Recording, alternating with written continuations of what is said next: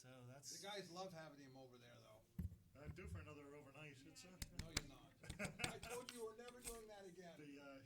yeah, you're being. They wouldn't let me bring the Jameson last time. Yeah, it cost me months of fighting having you.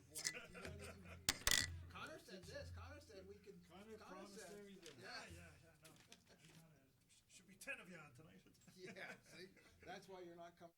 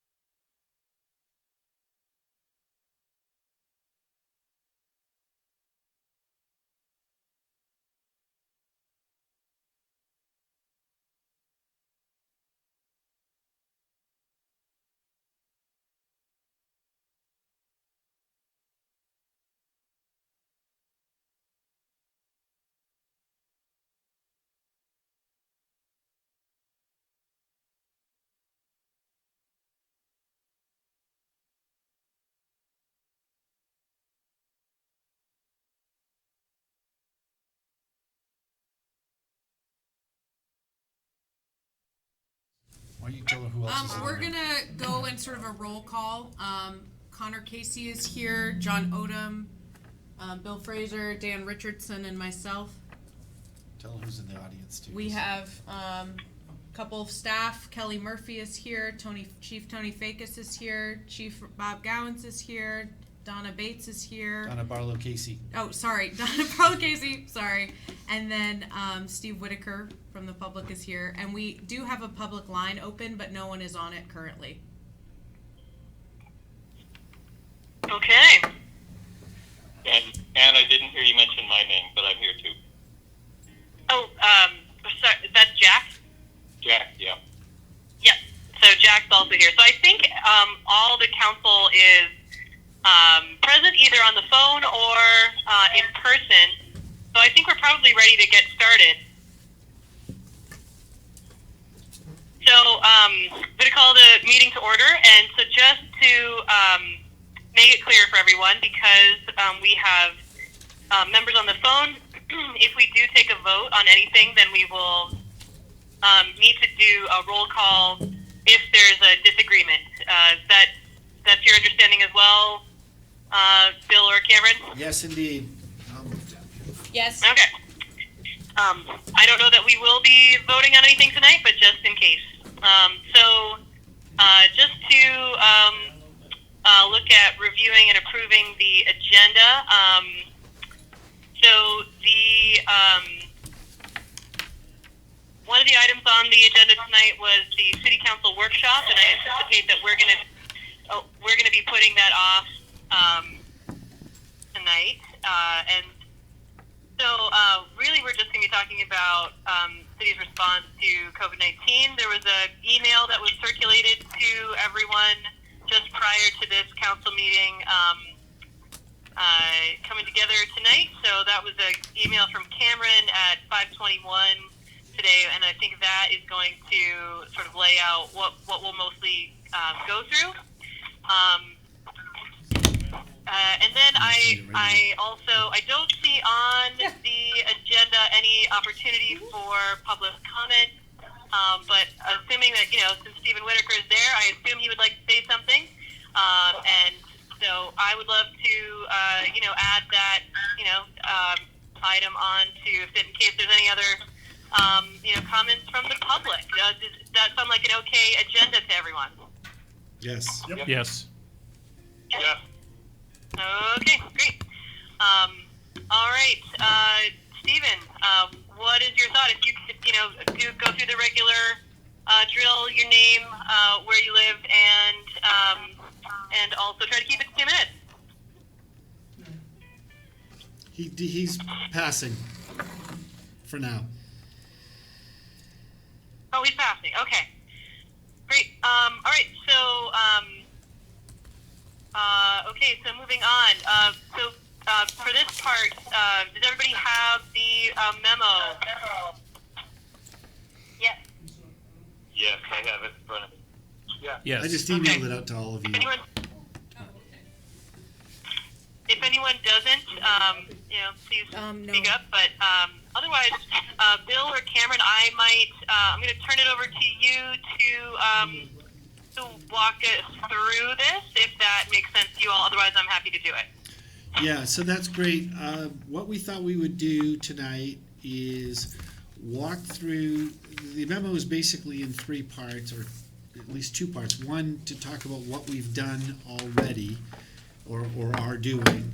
2, some suggested actions that we think the council could take tonight, if they'd like. And then I think the 3rd part of the meeting would be for some brainstorming from the council as to other things you'd like us to look at for future meetings. And we do have one more member of the public, Adrian Brownlee is here now as well. So I'm going to have Cameron walk through the memo since she drafted it, and but we'll both be offering comments as we go through.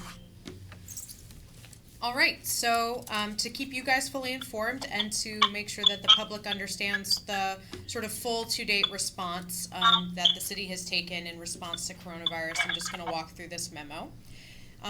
Regarding closings and remote access, in order to continue to provide core services to residents, the city did limit access to its public buildings.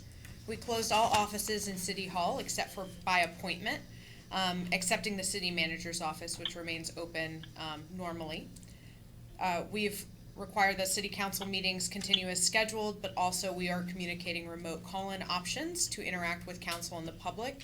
We will probably next week have a little bit more advanced options. Hopefully we'll get you all on a screen next time. Other city facilities such as the senior center, rec center, the garage, the water treatment plant, wastewater, police, and fire are currently closed to the public. And then we've asked our committee members to either cancel any non-vital meetings where no decisions needed to be made, or have them by remote access. So just so everyone knows, staff has to be on site or a member of a committee has to be on site during those committee meetings, just so if the public does want to attend, they can attend in person. We've also canceled all of our events and programming, or we've postponed them for further notice. So we're also, to address any concerns about the continuity of our operations, we have all been working on and updating and enacting our continuity of operations plans. These ensure that we maintain our internal capacity to provide our residents their core services. In addition to that, departments are working really hard with other jurisdictions to create mutual aid support and agreements, specifically our wastewater and water plants, just to make sure that we have shared trained staff between all jurisdictions to support each other. City staff has also, as we've said before, increased our frequency of scheduled cleaning. The senior center and the rec center have also hired on a part-time worker to help them clean that facility because we know that that is a vulnerable population. We also want to ensure everyone that our city employee benefits are bolstered during this time. Our individual department directors are allowing their employees to work from home if their work permits it. And other social distancing options. If an employee is formally quarantined by their doctor, they will be paid administrative leave for those 2 weeks away from work. We are also not letting our staff run out of sick time for COVID-19 related illnesses, and they can borrow sick time, so they will be paid the whole time they're out for that illness. We're also working on implementing a childcare option for city staff depending on guidance from the state so that we can continue to provide core services to the residents of Montpelier. We are looking pretty deeply at the budget impacts of this situation. We understand that we're probably going to lose a lot of our local options tax from hotels, the Rooms, meals, and alcohol. Yeah, thank you, Bill. So we're also looking at those projections and what that's going to mean for the city budget. We're also looking at how we determine our financial standing and opportunities for cost savings. So if that includes projects, hiring, etc., we're really looking at how we can curtail any costs. I also want to say how we've been communicating during this time. We have updated our website to have a front page button that directs people to sort of a clearinghouse, we've been calling it, of information regarding official sources for COVID-19 information, as well as community resources such as volunteer opportunities. So we've gotten quite a few locally run and advocated groups that are doing really good work, and we want to make sure that people can get connected to them. We're also updating our Front Porch Forum and Facebook as often as possible. We've also been in constant contact with our state and area partners to make sure that we're up to date on any best practices for this response. This also includes outreach to our churches and food pantries to offer any guidance and connect them to volunteer networks. We also want the public to know that we have a lot of online payments and services options. You can pay quite a few things online through our website, like property taxes, water bills, dog license fees, etc. We also have quite a few online city services that you can access at any time, including parking ticket appeals, birth, death, and marriage records, and other services. We know that this illness is really affecting the vulnerable population, so we wanted to address that briefly. The Senior Center's Feast or Meals on Wheels program is really a top priority for us. We've transitioned into making all of those meals to go and are always looking for volunteers to help deliver meals, but they have really been working on their contingency planning and feel very comfortable where they're at right now. We also know that the police department is closed because it is our emergency operations center, and so that really disrupts our 24/7 bathroom access. Even though people can be buzzed in there, we know that is a barrier, so we wanted to address that by putting 2 accessible porta-john units out in areas of the city. We'll have one behind City Hall in the parking lot there, and an accessible unit also behind the senior center. The one for the City Hall lot should be delivered tomorrow, and the other one at the latest should be early next week. Our rec department is doing a lot to try to help our community stay healthy mentally and physically. They're putting together a really great list of activities that people can do while still socially distancing themselves from each other, but should still be able to be active. And they're also cleaning out any of our external hard surface recreation facilities, like our outdoor basketball courts, so that people can still have recreation options. We also talked to the high school, and they are providing breakfast and lunches for children to pick up at the loading dock. And our rec department will be working with the school's food services director to ensure that lunches are still being distributed, and if they need any help, we can help them. Regarding the most vulnerable population that we have in our community, the homeless, the Washington County Homelessness Response Team has been pulled together, and your city council's homelessness task force is working with them. The representatives on this facilities, like our outdoor basketball courts. Other representatives on this team are the State Department of Public Safety and Department of Health, the Central Vermont Hospital, Washington County Mental Health, Capstone, and Good Samaritan Haven. They're leading local response and have created response groups focusing on congregate recovery sites, medical support, transportation, food access, street outreach, volunteer management, and training opportunities. So the Washington County Response Team is also working with the state's Health and Human Services to make sure that the state's EOC is getting real-time information. They're also working with the Office of Economic Opportunity to open up some pathways to getting motels and hotels for folks so they don't have to stay in the shelter. Locally, Good Samaritan is working really hard on lowering the concentration of folks in the shelters to get to that 10 limit, and have found alternate shelters for many, including hotels and motels, and in one instance, an empty area college dorm. So that sort of brings us to the place where we were looking for potential action items and input from council. Can I just really quickly make Yes. a couple corrections, just because I know that the press is probably listening and I don't want the correct information to go out. In terms of clerk functions, it mentions dog licensing fees and business license online renewal system. Those are both limited. Can't and hear who's talking. Okay. The, just for information, a couple corrections from the clerk's office. It talks about dog licensing fees and business license online renewal system. Both are limited, and both deadlines are off until further notice, which has been pretty typical of clerk's offices, so we're doing that too. So we will not be looking for the dog license renewals or the business license renewals until a later date. Also, the birth, death, and marriage records we have, it's not 2012 forward. We have them back and available to look at online to about 1907. Well, I recommend that we update our website. That's on the website? Yes, it is. Oh, not my part of the website. Yes, so we'll make sure it gets changed. Thank you. Can I ask a question about city services? Of course. So I just want to make sure that it's really clear, particularly for members of the public and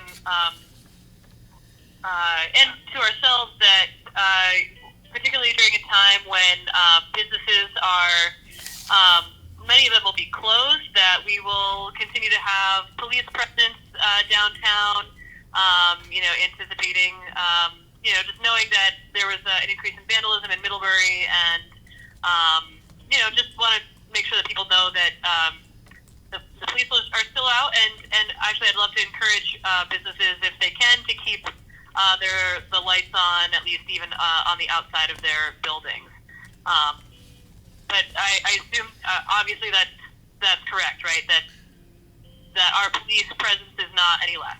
Yes, that's correct. Chief Fakis is here if you'd like him to address the issue, but in fact, his directive has been to be even more visible than even normal, to get people out and about in the community as a prevention message, but also we're here to help in whatever ways we can, and we're looking at other ways just to have city officials out available for people, but definitely the police presence is going to be continued and expanded. Okay. As long as I don't we have healthy think I staff. need him to address it. Sorry, go ahead. I said as long as there's healthy staff, sufficient healthy staff. Yeah. Fair enough. Any other comments on current city services? I just add, and we've talked about this before, but just to repeat, we are working with groups like Cameron mentioned, the county homeless response services and others, and trying to keep as many resources as we can. We are, really focused on maintaining core services, making sure we can keep the clean water running, our wastewater treatment functioning, our public safety response, both police, fire, ambulance, basic sewage, water and sewer lines functioning, our maintenance, those kinds of things, so that people can get around and do the things that they normally do. And we are assisting with human services items and economic development items as we can. Those aren't necessarily the city's expertise, but we are certainly in contact with everybody. We'll provide whatever assistance and leadership that we can within our means. Also, something that touched on, but we are looking at the budget. We know that we would love to do a lot of things that perhaps provide financial assistance somehow into the community, and that certainly may be possible, but we also note that we anticipate particular shortfalls in a lot of areas in the budget. Most, I think immediately, the rooms, meals, and alcohol tax, since restaurants and bars are essentially closed, and people are being discouraged from traveling. We expect that will drop off very dramatically. Parking, of course, and we're going to talk more about that. Hopefully, the council will agree to end any parking meter rates and enforcement tonight. But that will drop off, and a lot of our functions are funded directly from that parking fund. Certainly, activity revenue from the rec department, senior center.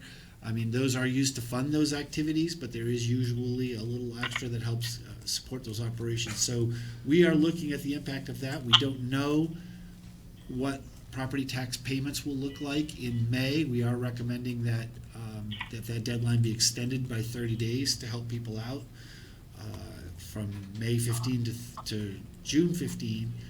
But typically, we have very high collection rates here, just people tend to pay on time. We will see if that changes as people's income is changed. And so all of this means that we are trying to identify areas where we can reduce the budget. We're putting extra layers into the hiring process before we hire vacant positions. We are looking at projects and equipment and purchases and ordering everyone to cut back. So while we would love to free up money to go into community services, we also need to free up money to cover anticipated revenue losses. Bill? So I feel like that tees us up well for potential Correct. actions And that the Dan- council could take. Dan Richardson Sorry, yeah, go wanted ahead. to add something. Well, I actually had a question before we do move on to the next topic. Is Bill and Cameron, what are as far as the services, the core services that the city is providing? Dan, you're hard to hear. Okay, I'll try and speak louder. How's that? I think you got to get into the mic. I am speaking. They're turning the mic up. Yeah. Two questions. One is, have there been any hiccups or any issues with providing the core services so far? And second, do you foresee any? So far, there have not been. We haven't had a complaint about people being inconvenienced for the offices. I suspect to some extent there will be, but certainly so far we've been able to fully staff our services. The hiccups will come when people start getting sick, and we've got to cover those costs. As Cameron mentioned, for things like water and sewer treatment, public works, we are looking regionally. I think the police and public safety people are doing the same, to how to cover each other as different departments have shortages, so that those core services can be maintained. Okay. Bill? Oh. So, do you see us maybe needing? Connor speaking. Sorry. So in addition to like tightening the belt, partial hiring freeze, equipment delays, do you see the need maybe in the next few weeks to have sort of a menu of a rescission plan for the current budget that we'd actually have to vote on?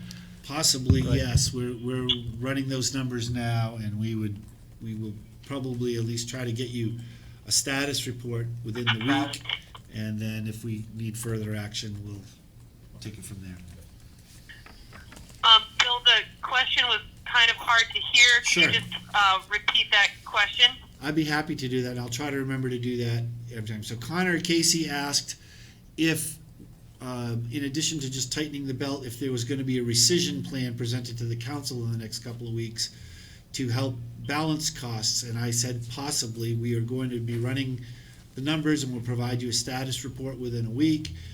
And if there is a need to take formal action after that, that would be on the agenda coming up shortly. Okay. Great, thank you. And Lauren, did you have a comment? Oh, just a couple kind of questions looking through, and this is super helpful. Thank you to Cameron and Bill and the rest of the staff for pulling together. I think this information is great and incredibly helpful to have all in one place, this memo, so thank you so much for that.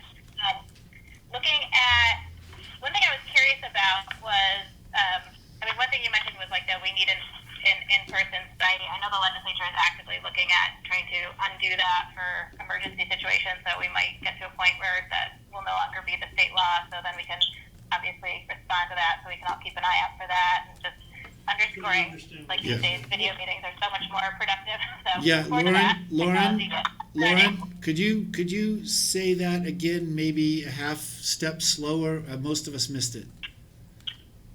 Oh, sorry. So I was saying, one, probably people saw, but the legislature is looking at undoing the in-person requirement for meetings. So we can all keep our eye out for that, but then Correct. they're looking to do that. So then we can, respond. And then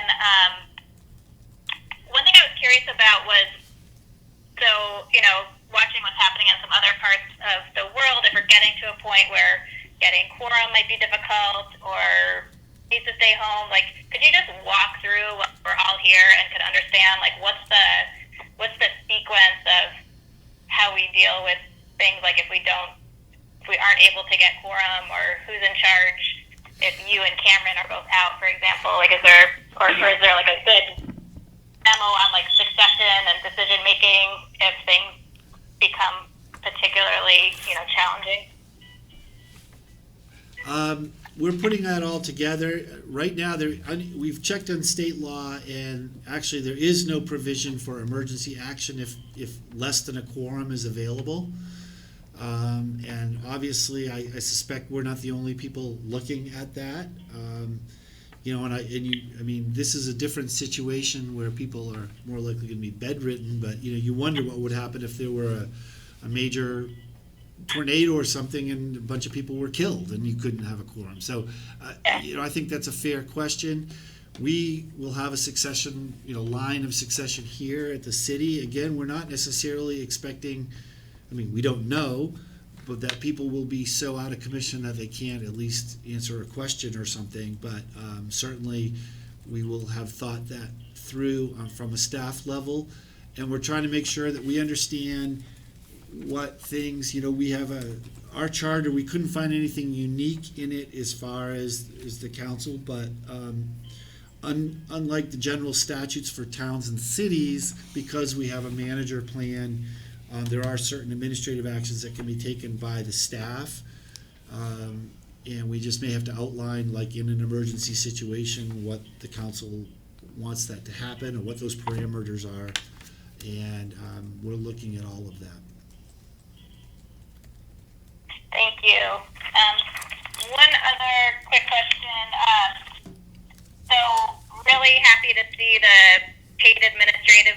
leave and that we're making sure that staff are not going to run out of sick time.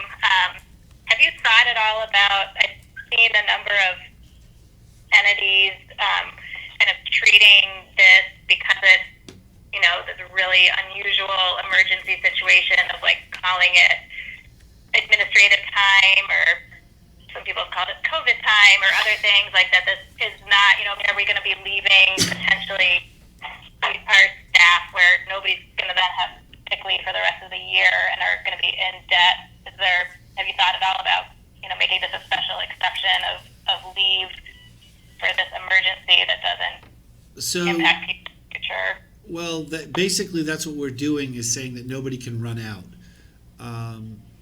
We have employees in far different situations as far as their leave. Some people have, loads of leave, sick leave time. Others that are relatively new don't have much.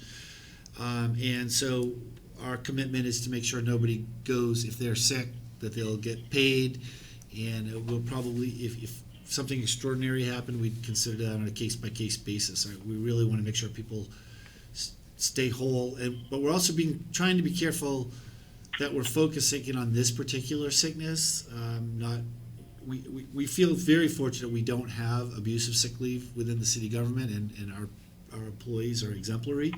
But we also wouldn't want to create a case where suddenly we're creating scenario for any other outage or illness. That will be handled the way things normally are. But for this particular illness, the quarantine time, sick time, we're certainly taking that into account, as well as people who are forced to stay home. The sick leave law allows it to be used for childcare, and so we're trying to take a liberal view of that as far as people that are now in situations with their kids at home that they weren't expecting.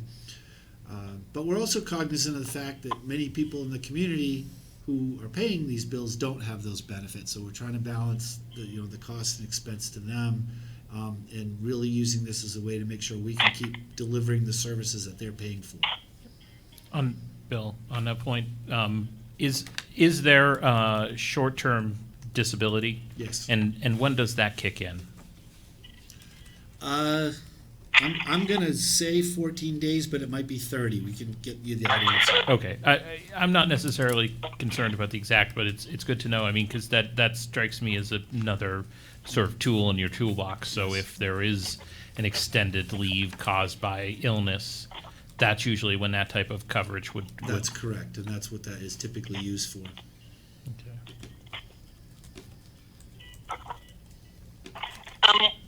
I was not able to hear that last Okay. comment. Yes, thank you. Clearly. So the comment I from could hear most of what Dan said. the comment from Dan Richardson was that was asked if we had short-term disability coverage and when it kicks in, and my answer was yes, we have it. It's either 14 or 30 days that it kicks in. It's been both during my time, and I just can't remember off the top of my head which one it is. But what that means is if somebody is sick for longer than those periods, they go on a short-term disability plan, and that saves their use of sick leave. So people with and that goes for about, I think it's 6-month period. So people that have an extended illness beyond 2 to 4 weeks are protected anyway through that plan. Just following up on that, are we having regular meetings with the heads of the bargaining units just to make sure, some of the stuff outlined in the memo said you might be working outside the scope of your duties a little bit, so I just thought there might be a need for a side letter or something in some of those contracts? We've had preliminary conversations. As it so happens, we are scheduled to begin bargaining with 2 of our units, so we've been in meetings with them already, and in fact are talking about maybe pushing those off. I think even the union members feel like this isn't the time to be asking for more things, but so far they've been very receptive to doing what needs to be done within reason. We have, I think, I don't want to speak. I'd let the union speak for themselves if you want to ask them, but I think we've got pretty good relations with our units, and they've always been extremely cooperative. And when we've had times of crisis in the city, no one's worried about union or management. Everyone's risen to the occasion and just delivered. And I think that's across the board: police, fire, public works, and our non-union staff. So I have full confidence that our folks will do what needs to be done.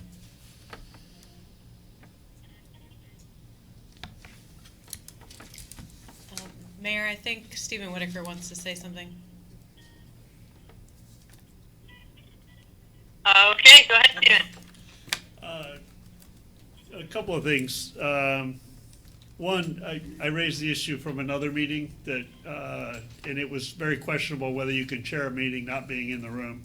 That it makes it very difficult to see who's talking or to moderate or to hear. Just file that one for later.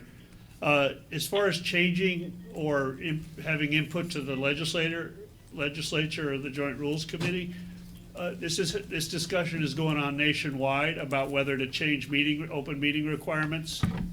And this is a perfect example of the combination of 3 telephones and squeaking audio and, painful distortion, etc. This is not something we should do haphazardly, especially not compromising participation rights.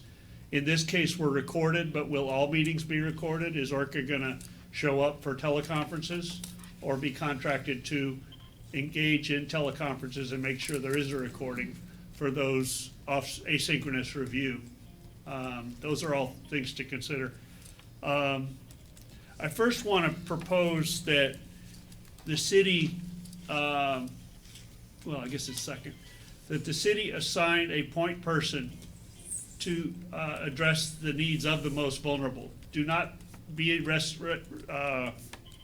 lulled into thinking that this county-wide group, we don't have county government here, by the way, this county group that's had a few phone calls is letting the city off of all its obligations.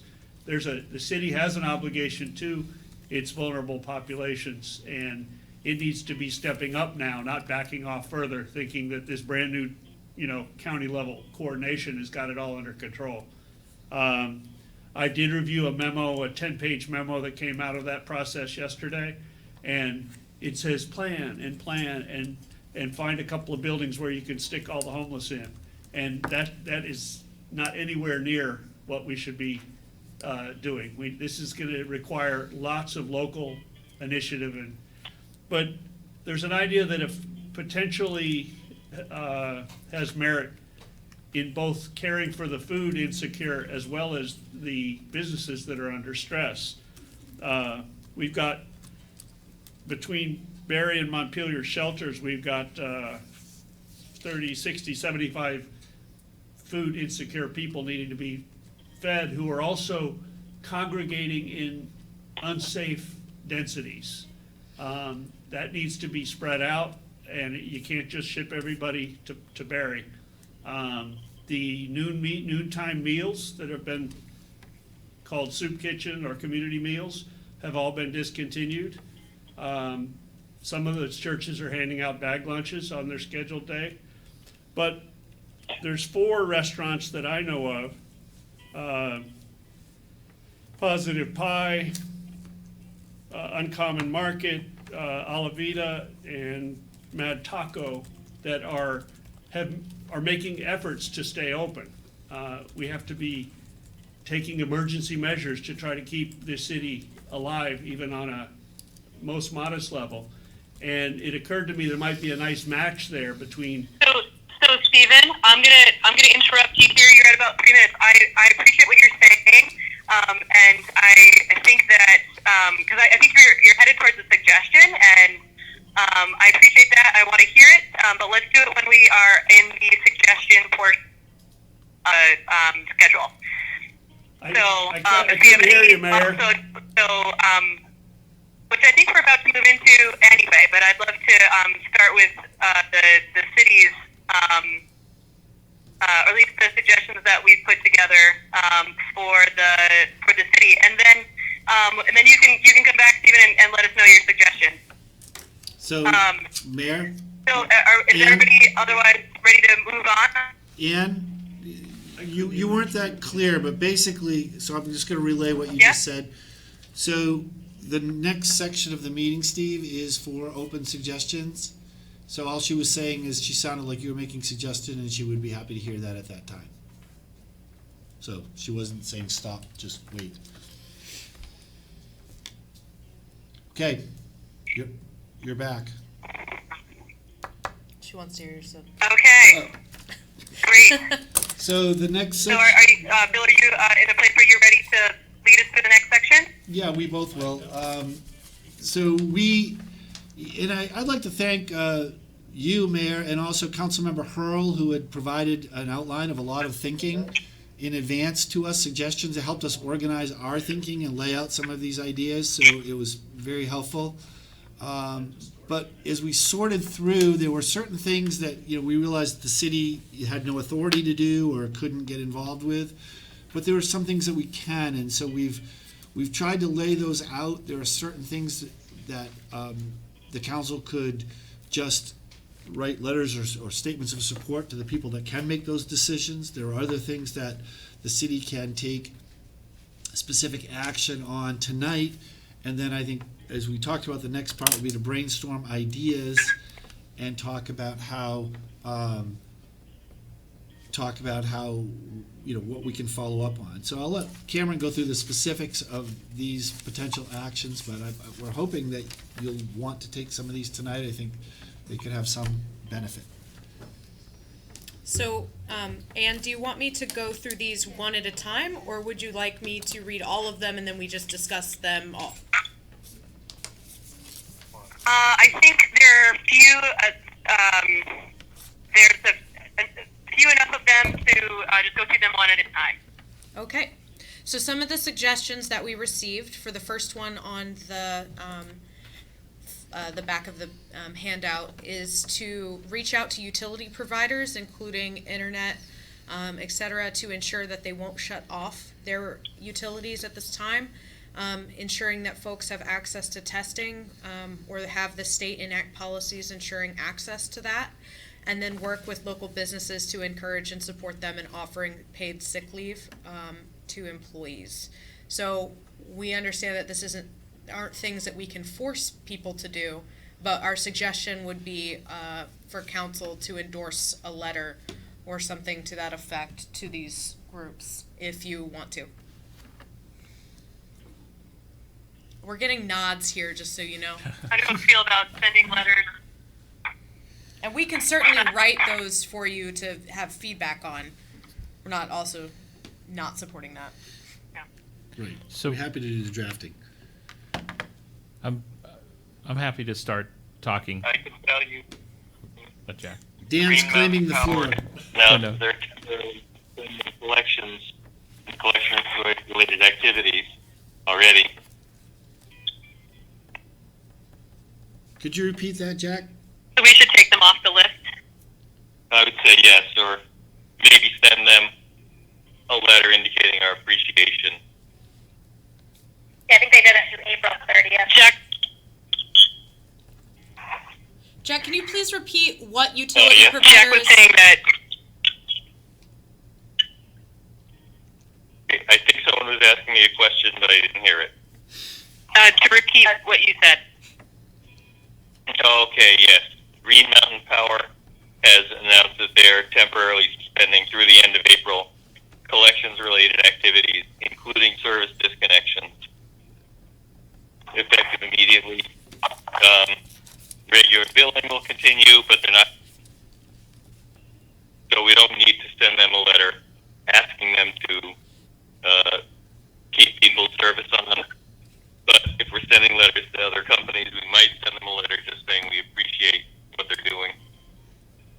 Thank you. I think that's a great idea. Hi, this is Jay. Sorry, yeah, this is Jay. I do think it's a good idea to send a letter to Green Mountain Power. I've seen that Comcast has also done the same. Obviously, it's a very different type of corporation. Maybe sharing that publicly, that we appreciate that they're putting off any sort of delinquency or shut off for at least 30 days is important. So acknowledging that is great. Thank you. Do you need a motion? Anne, do you want us to motion you or just agree? Yes, I think that's a good idea.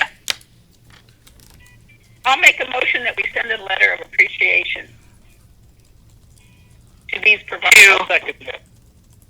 GMP and Comcast, and I guess, other providers that we know in the area? That are not going to cut off Right. They're not, service. they're going to keep the services going even if it's an overdue bill. You got Yeah. it. Okay, so there's a motion and a second. All in favor, say aye. Aye. You have to do a roll No, call. only if it's not unanimous. Never mind. No, only if it's, I jumped the gun, and I'm sorry. nays. Yeah, it Okay. was unanimous. Sorry about that. Sorry? It was unanimous. Okay, so one more time. What's that? It was unanimous. It was unanimous. So it's all, you're all good. Okay. Okay. We'll make it better. There are other parts of this bullet, though. So Donna's motion was just about Excuse me, can I appreciating some. Can I just, Ian, can you hold on just 1 minute, please? We're sorry if this isn't up to your quality control, Steve, but we're trying to conduct a meeting under the best circumstances we can. We realize this isn't network television. So commenting and talking to other people while the meeting's going on is not helping under these difficult situations. Thank you. So regarding the other bullet, yeah. I was just curious, so, I mean, not everybody in is other internet providers, right? But do we know if any of the smaller ones are similarly, have done a similar thing, or do we just know that Comcast has? Like, not everybody's Comcast, right, in town. Right. I don't know. I mean, maybe we could make the letter like a thank you to Comcast for doing this. We hope every service provider, maybe we'll have found out by then, but it might be some of the smaller ones that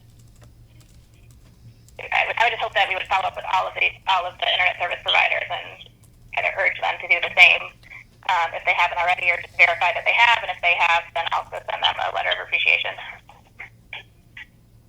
Do you make a motion? Sure. I don't know if do we know all the I think we've got the gist of it. I can do that. I think we've got that covered. You don't need to worry about a motion. Okay. And I don't. Is anyone in disagreement with that idea? Not me. Okay. Great. So perhaps the second bullet there is basically perhaps writing a letter to the state, just encouraging them to make sure that everyone has access to testing. How do people feel about that one? One spot, so there's access to testing, which I know there's been a lot of issues, or we have a limited supply, and a lot of people are wondering about, why they're not being tested and other things. So I think there's access to testing, and then there's also access to healthcare. Encouraging the state to help cover the cost, or that insurance is not fair to people getting tested or treated. I think there's a few potential issues we could throw out there if we were going to do a letter on this topic to, I think, the state government about access to testing and treatment. But just curious what people think, what their thoughts are on this topic in general before putting out more, broadening it if there's not interest in general. I'm not sure if it's really necessary to do this. We know that right now the department is carrying out these drive-by testing sites. There are at least a couple so far, and I got to go to one today, and it was very smooth and efficient. And they didn't do anything to ask me to pay or anything. It was just, I think they're being sent to the health department lab. If I can add, I think the testing question has a little bit of, it's fraught with a little bit more issues. It's not just simply testing for everyone. I know I've read articles that suggest, they have to be somewhat artful about the testing that they do because it can give people a false sense of security if they get testing. And so some of the public health science and thought around that still hasn't necessarily congealed. I mean, I get the sense that the state and the health department are pushing for more testing and more access to testing, but I don't know if it's something where we as a city council need to jump in, or if our letter would necessarily tip the balance, or we'd be walking into a more complicated argument with a very simple statement. I agree.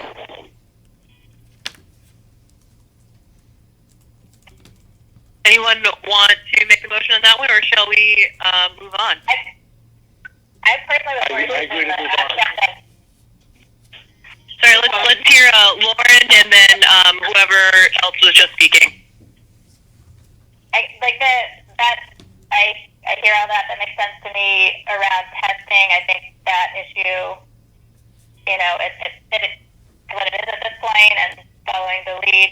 I think there has been a question raised of access to health care. Like, I'm more talking about the treatment side. Is there any, which I know that the state is, and maybe getting letters of support from cities would be helpful as they're looking at possible budget implications and what the state might want to do to help cover people, knowing that we don't want people to not get treated, so then they're going to be in our communities. I mean, it's both a equity issue and a public health risk if we're not helping and treating people, depending on ability to pay.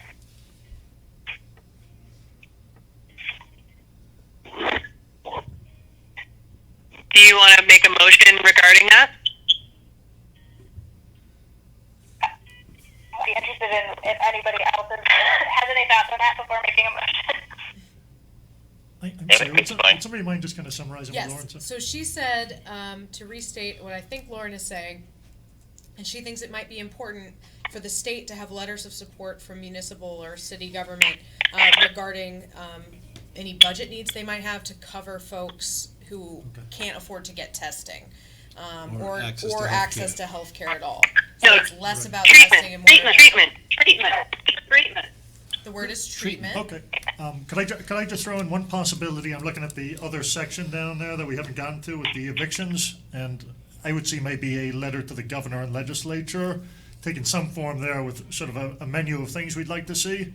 So I'm wondering if it might just be a comprehensive one letter as opposed to sort of piecemealing it on this. Right. That makes sense. Basically, you're taking statements of policy here, and then we'll. Yes.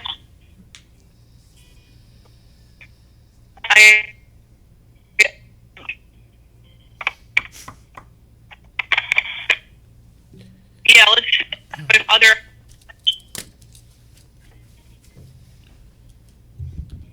I think it would be helpful All for right, so is everyone there on a the call motion regarding? to mute themselves, because you guys are all talking over each other. So if you're not speaking, if you could mute yourself, that might clear the line for whoever is speaking. They've all muted. Okay, so is there a motion? I move that we include in a letter to the governor and state legislature a request for the state to help ensure there's access to treatment for all Vermonters regardless of ability to pay. Second. Further discussion? All in favor, please say aye. Aye. Aye. Aye. Aye. Okay, all right, so moving on. And then working with local businesses to encourage and support them in offering paid sick leave. Cameron, do you want to tell us, or someone, either Cameron or Lauren, you want to talk about that one? Well, that's just coming from suggestions that we've heard from y'all, to be honest. So If I can, I think this issue is somewhat related to the subsequent issue about the evictions and foreclosures in that maybe the best way to deal with this, and I was thinking about this today, was, Montpelier Alive is already reaching out to local businesses and is in good contact with them. And I'm wondering if someone from the city or from our council even should be a point person with the Montpelier Alive for this specific topic to work with them, because on the issue of evictions, we're in a very unique situation in that there are a number of businesses that are going to be shut down. But unlike other times when landlords may say, okay, well, I need to move to evict because I need to put somebody else in there, no one else can go in there. If you have a restaurant that's closed, it's closed.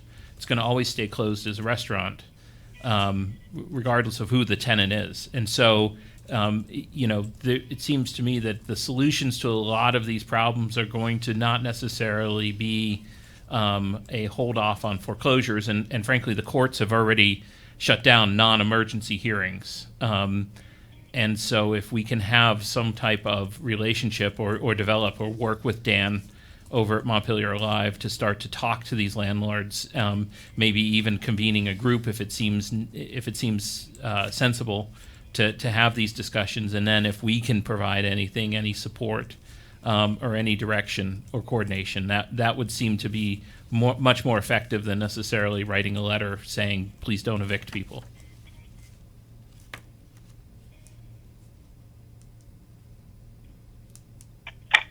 So you would suggest that we just talk with Dan Groberg at Montpelier Alive about this topic then? I would. I mean, that sounds a little wishy-washy but I think it's the best approach, which is that we should have one person from the city interfacing with Dan and, sort of asking these questions and reaching out to him and then having that channel of communication so that, if we can make policy, if we can do different types of things to support them, that we would have that. And that could affect other policies down the line, because I suspect the answer to these problems are going to be more complicated and require more sort of ongoing discussions. Other thoughts on this? This is Jay. Dan, sorry, you were breaking up a little bit, but I actually participated there was a phone call early this morning with the MBA, the Montpelier Business Association, that Dan Groberg oversaw, and I listened in on that. And that was one of the key things that came up in that conversation, was being able to communicate with commercial landlords about, not forgiveness, but just some ease on and some, relaxing of some of the deadlines for rent to help people get through them. So I'm more than happy to take that on from the city perspective and work with Dan to then coordinate with commercial property owners to try to see how they can support local businesses so that they're not dealing with eviction. Obviously, as the city, we don't have authority to say, okay, this is, you can't evict somebody, but yeah, I'll take the point on from the city perspective in terms of working with those commercial property owners and then with the businesses to help try to be as flexible as we all can right now, given the circumstances. Did y'all hear him? Yep. So Jay said that he would be the council point person to work with Montpelier Alive and the business community about trying to navigate the way through leases, evictions, etc. That sounds good to me. Any other thoughts? But it sounds good to me too. One thing I should point out, because we've had, as you might guess, a considerable amount of discussion about the eviction question at Legal Aid, and it's very clear that the Supreme Court's Administrative Order 49, while it halts hearings being held, it does not suspend filings or deadlines or anything else. So a landlord could still file an eviction complaint in court, the tenant's time to respond to that would continue to run, and so people are still potentially at risk to be evicted even during this emergency, and so communication and encouraging people to be compassionate is a important thing. I would just say, if I can jump I in. definitely appreciate that that's the approach that we need to take with this, and talking to folks at Montpelier Development Corporation, and I mean, taking that approach as well as we're dealing with this as a city, I think is exactly the right time to do. So Jay just said he would talk to the MDC and that he would bring up those legal issues. I think you're going to also need financial institutions involved in this, because in many cases the landlords have mortgage payments due.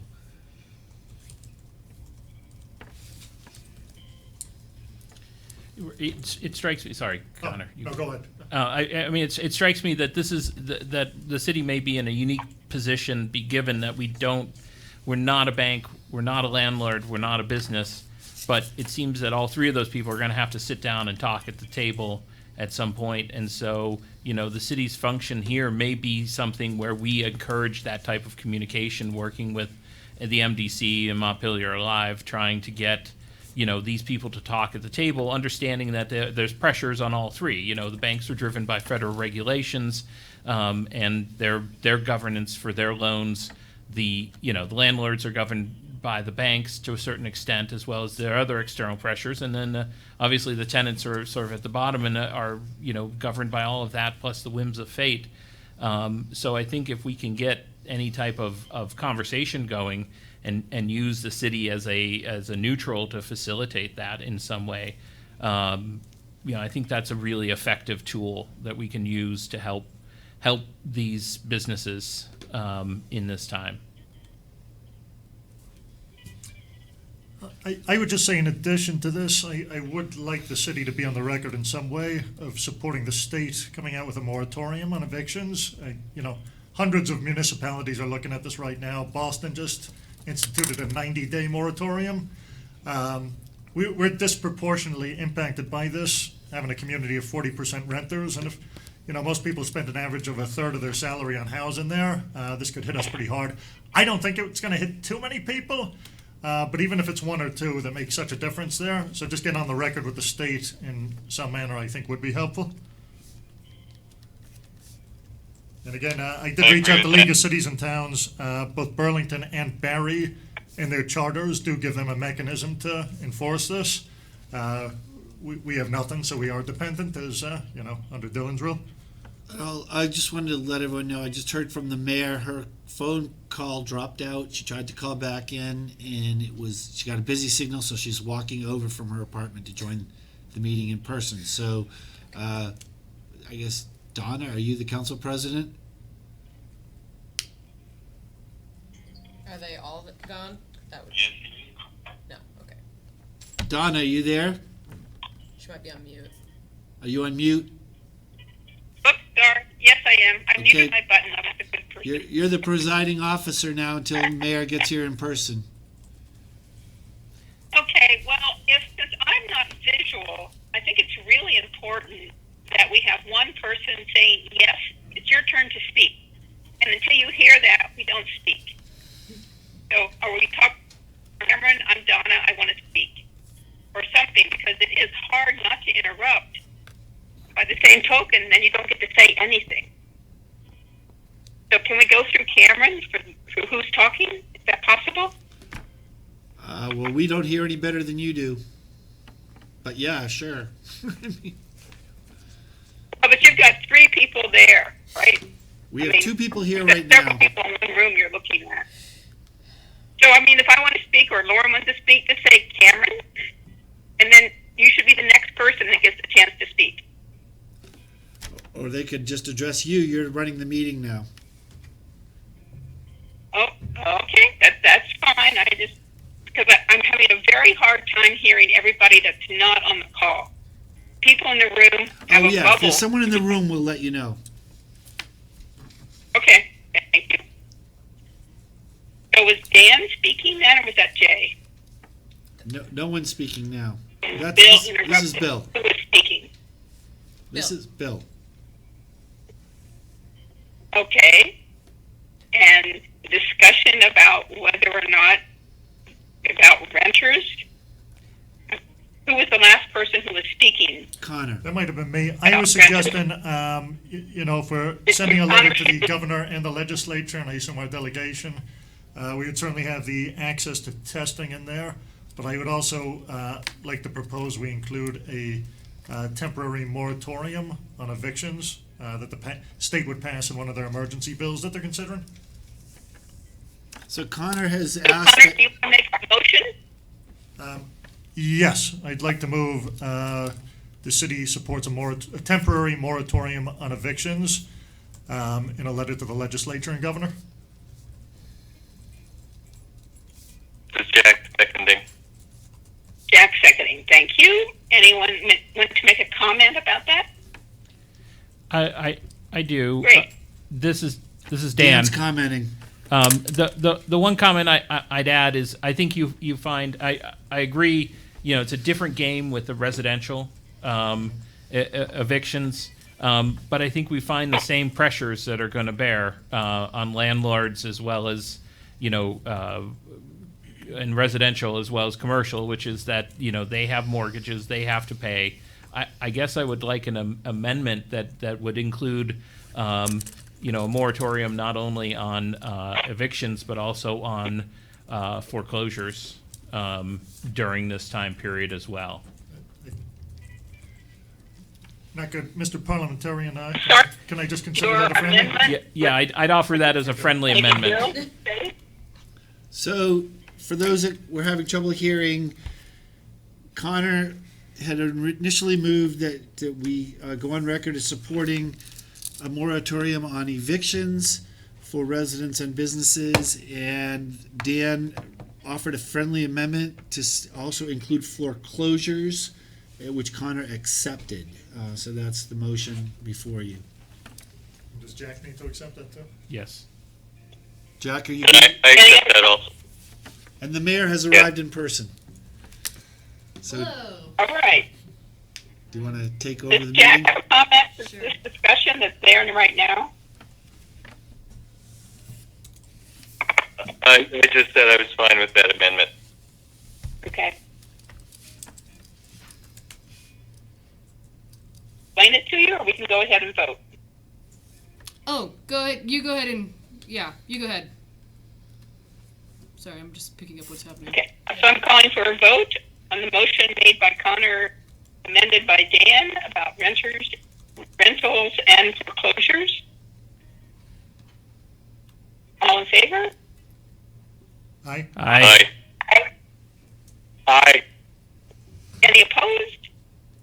Passes. The Okay. floor is now yours, Mayor. Oh, thank you. I don't know if you can hear me. Can you hear her? Yes. Loud and clear. Okay. Yeah. Great. Which part are we up to? We're up to parking enforcement. Parking enforcement. Actually, I'm going to let you explain this, Bill.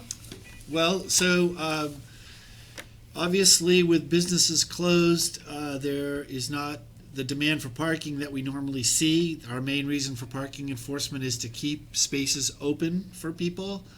And it seems somewhat cruel that in a time when we would like people to be visiting downtown and there are open spaces that we would be charging for parking or ticketing people. We would continue to ticket for things like handicap zones, hydrant violations, blocking driveways, those types of things. But for just general time and meter violations, we would recommend that we waive or temporarily suspend all collections from meters, temporarily suspend all enforcement of meters, and in fact that we would take the meters, what we call, put them to sleep. They're electronic meters because we have to actually pay a $5 per month per meter activation fee. So by actually turning them off, we'd save about $2,000 a month. So we think council might want to do that. It seems like a great idea to me. This is Jack. Yep. Yep. Would anyone like This to is make Jack. I do have to make Go that. ahead. Dan, do you need a motion? Yes, please.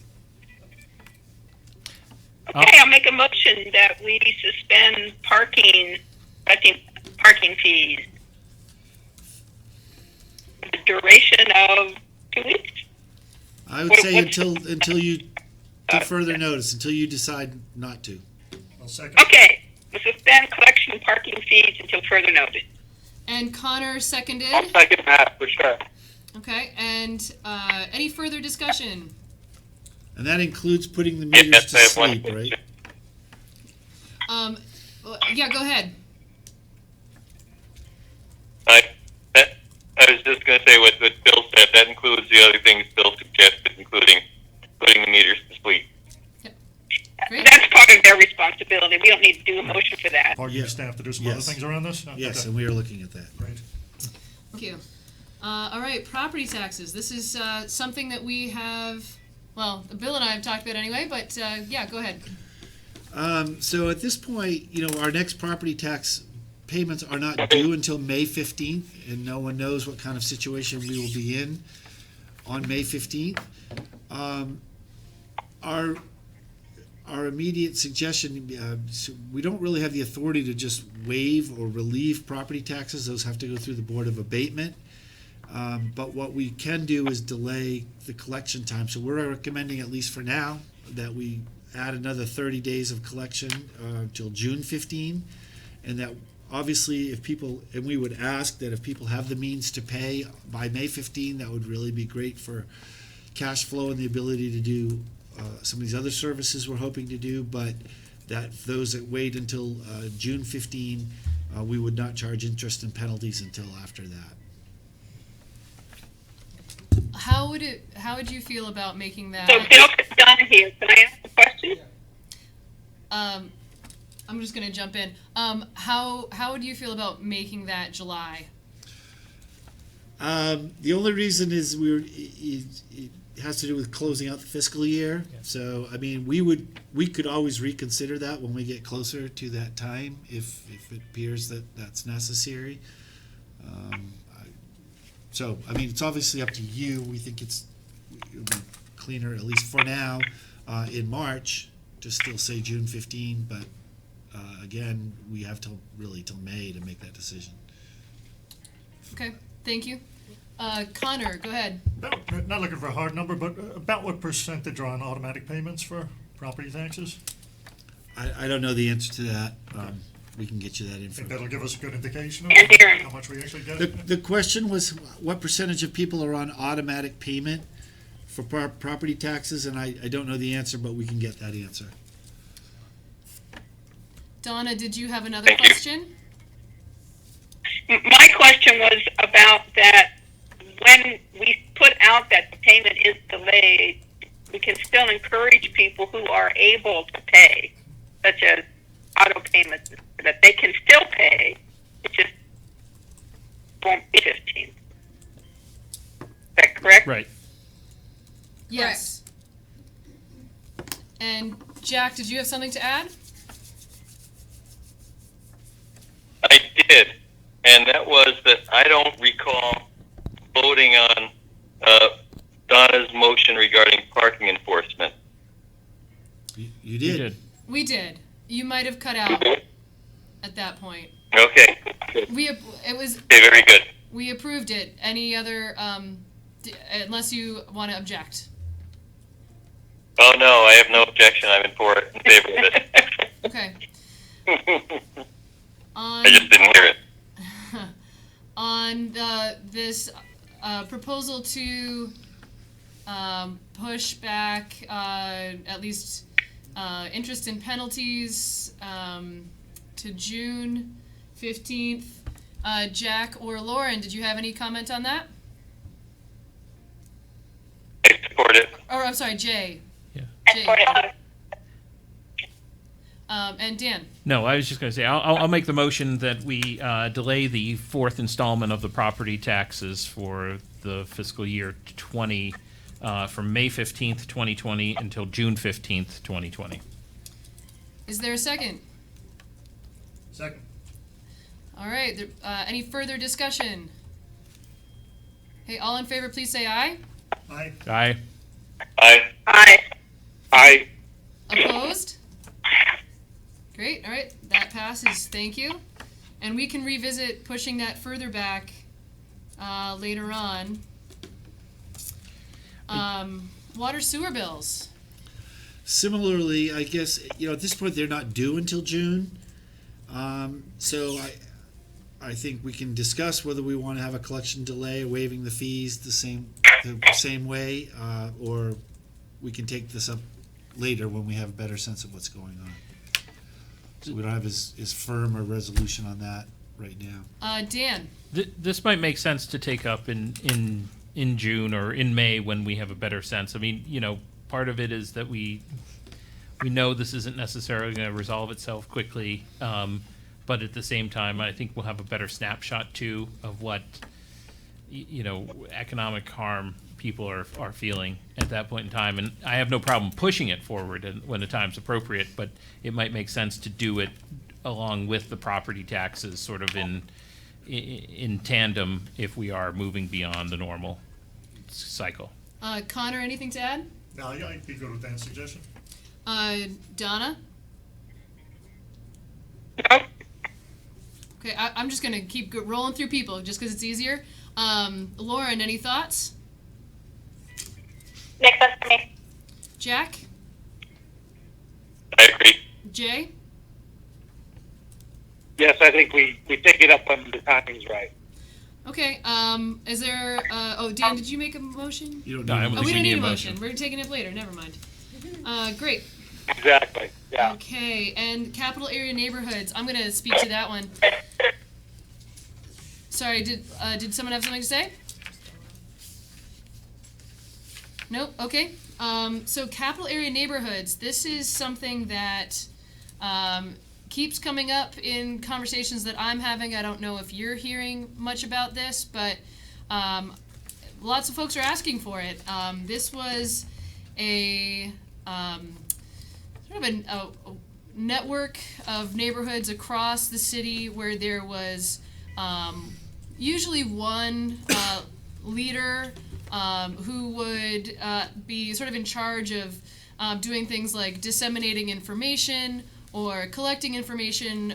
This could be city projects. So I'm sort of stepping back from just the particular crisis we're in now, but looking more generally, it could be about things like letting people know that their street was going to be paved the coming summer, and making sure that people were aware that was coming. It could even be as something as relevant or preventative. Like now is just knowing what the resources are in your neighborhood, things like who has a generator, or who's growing local food, or that sort of thing. In this particular situation, I think it could be useful to have capital area neighborhoods for the purposes of getting basically volunteer forms and need forms to folks who particularly aren't computer savvy, or maybe they are on computers, but maybe they're just not that exposed to these need forms. So it would be a way to do a little bit of a deeper dive into knowing what the needs are in our community. This was a program of the city about 10 years ago, and had sort of fizzled out, but I think it's pretty relevant now. I don't know that this needs a motion. I'd sort of volunteered myself to help coordinate this and organize it. I've already started talking to some folks about maybe being leaders, but would love to just open this up for suggestions, thoughts, discussion. Dan? I'll offer, I think it's a good idea, and it actually, the mutual aid group may be a logical group to start with to work this out, because they've already collected, my understanding is about 100 names. Like 200? Of people who want to help. And this strikes me as one of the great ways in which we could organize that on sort of a sub-city neighborhood level where people can identify needs or issues as they arise, and then have a way to trickle that up to the city level. So I think that's a great place to start, and I would suggest that. Yep, that's great. And just so you're aware, I've been in touch with them. They know that that we're maybe going to work on this, and they see this as a way to potentially delegate some of their work in terms of volunteers or getting to know people's needs. Working closely with them for sure. And Donna. Donna here, when you have time. Yep, go for it, Donna. I'm really glad you brought this up. I think it's a wonderful resource, and it should tie in with our census that's going on, the national census being taken, that we could really engage and find some of his suggestions and try to incorporate it. The brochure that's on the website mentions emergency management, community building, and civic engagement. And I think it's true for all of those. So thank you for volunteering your time. Yeah, for sure. Connor, anything to add? Yeah, no, I think it's great. I think it's going to be a heavy lift to set up, but once you do, it could really be a lot less daunting with some of these things we're talking about as time goes on. So Yep. fully supportive. Lauren. I'm really excited. I think this is great, and really appreciate you stepping up. One question I had, I mean, kind of to what Steve Whitaker was saying earlier, like, so as of now, you are interested in helping kind of see this going. Just thinking about, like, you know, this is a huge kind of assessing and trying to connect community members at this, like, particular emergency moment to services, to food, to medicine, whatever people need. Like, it's a lot to put on volunteers. It's a lot to put on you to make sure the volunteers are happening, and just, like, in this particular case, it being a pandemic, knowing people will be getting sick or need to be doing caregiving, just, like, thinking through as you're getting it set up, like, what's the redundancy, like, we can't become too reliant on, like, some Hey, Lauren. individuals. Lauren, you got to slow down. Sorry, It's okay. on conference line. Just thinking about how you're building it in a way that there's redundancy, knowing that a lot of people are going to have a lot of caregiving or sickness themselves to deal with in this particular emergency. And, you know, I don't know if it does make sense to Stephen Whitaker's point of if there's a staff person who's helping, you know, look at what's happening to, it's like knowing that this is really the core of how are we connecting our residents to essential needs like food and medicine, and being like entirely relying on volunteers for this particular at this moment seems Thank you for challenging. So just try to think through that. thank you for that point. I think that's your point is well taken. I think it's important to have some redundancy in this in the system, and so, you know, also knowing that 211 is out there, I think is important. But also to your point about staff, I think actually I would love to hear from Bill or Cameron about so how it was arranged previously, and then I have another idea about that. But yeah. So it was done at a time when oil prices in particular were quite bad and people were facing pretty severe needs. It was organized through the planning department. At that point, we had two, not volunteers, but the Vistas. Vistas, thank you, two Vista people, and they were the staff coordinators for this. So really, they did all the legwork, helping keep everything together.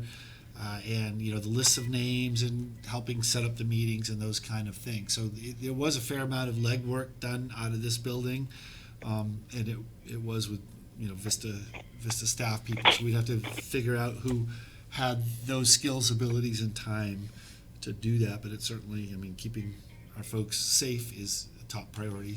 So, in that same spirit,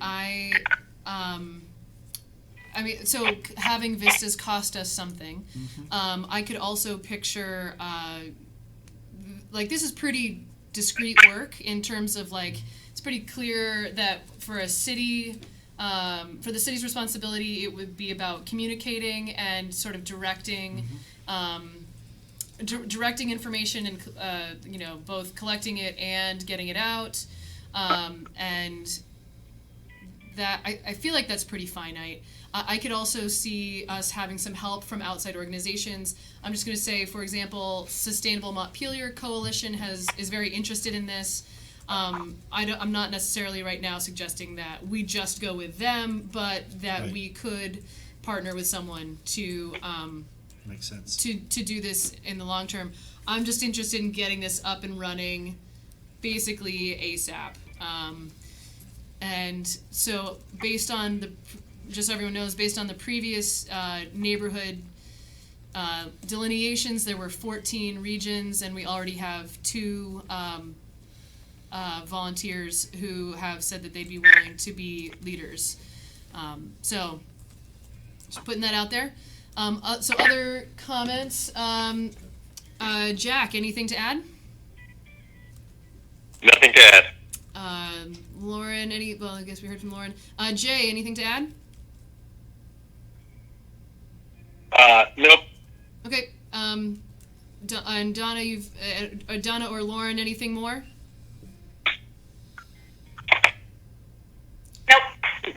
Nope.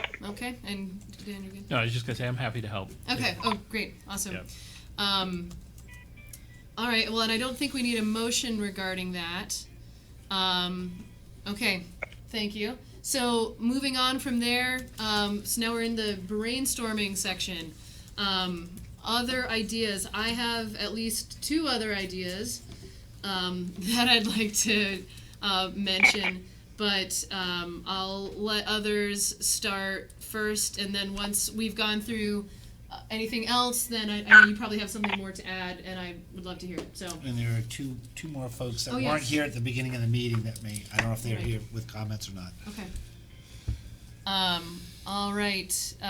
Any other suggestions? Connor, Guys, I was talking to, you gotta make it closer, man. sure, I was talking to Mary Hooper there, and, she made the good point that, I think a lot of hourly workers in town don't know that they're eligible for unemployment. So I think it'd be great if we could just have a really clear link on the webpage to that. There's a 8 to 10 day processing delay, is my understanding now. So anybody watching would really recommend you get those. You get that in ASAP. And at the moment, I don't think that covers anybody under 1099s or something, but they should probably keep an eye out too, because things are changing all the time with the rules. But if we could have a link on the website, just pointing them in that direction. Dan. 2 things. One, I discussed earlier when I was on the homeless task force conference meeting with Cameron, the idea of linking Montpelier Alive, who seems to be really taking the lead on or communicating with businesses to establish who's open, who's closed, who's available for certain services. And I think we just need to make sure that we cross post with them and coordinate. And the second thing is actually, sorry if you can't hear me. The second thing is actually a project that I'm going to start working with 2 of the lawyers from Legal Aid on tomorrow, is that there's going to be a lot of credit card use in the next several months as people lean heavy into that where they don't have the resources, and there's going to need to be some guidance on that. So hopefully whatever we develop from that we can post on the city's website, because I think that's going to be a really important piece of consumer information. Just because there are things people can do now and in the short term to lessen any burden that comes from utilizing those credit cards and the consumer debt that comes with it. Do you have any, an example, or? Well, just as a for example, I mean, the classic thing is that, knowing that it's 18% interest that can be charged, paying certain minimums, the idea that consumer debt is ultimately while it's bad, it's not like a mortgage. They can't take away your home. They can't take away certain things. And so, if you do find yourself leaning on it so heavy that you fall into a hole of knowing who to approach to help you with that type of situation, so you don't make bad decisions such as taking out a mortgage or reverse mortgage. I mean, you see a lot of this in the elderly where they have a credit card debt and they lean on it, and then they get scared because they have this debt, so they take a reverse mortgage, which is the worst thing in the world you can possibly do, because now people can take away your home, kind of things. But so issues like that people can be aware of with, I think, their credit card is just it's more of a general service. But I do think it would be important to post on the city website. Thank you. Jay, anything you want to suggest?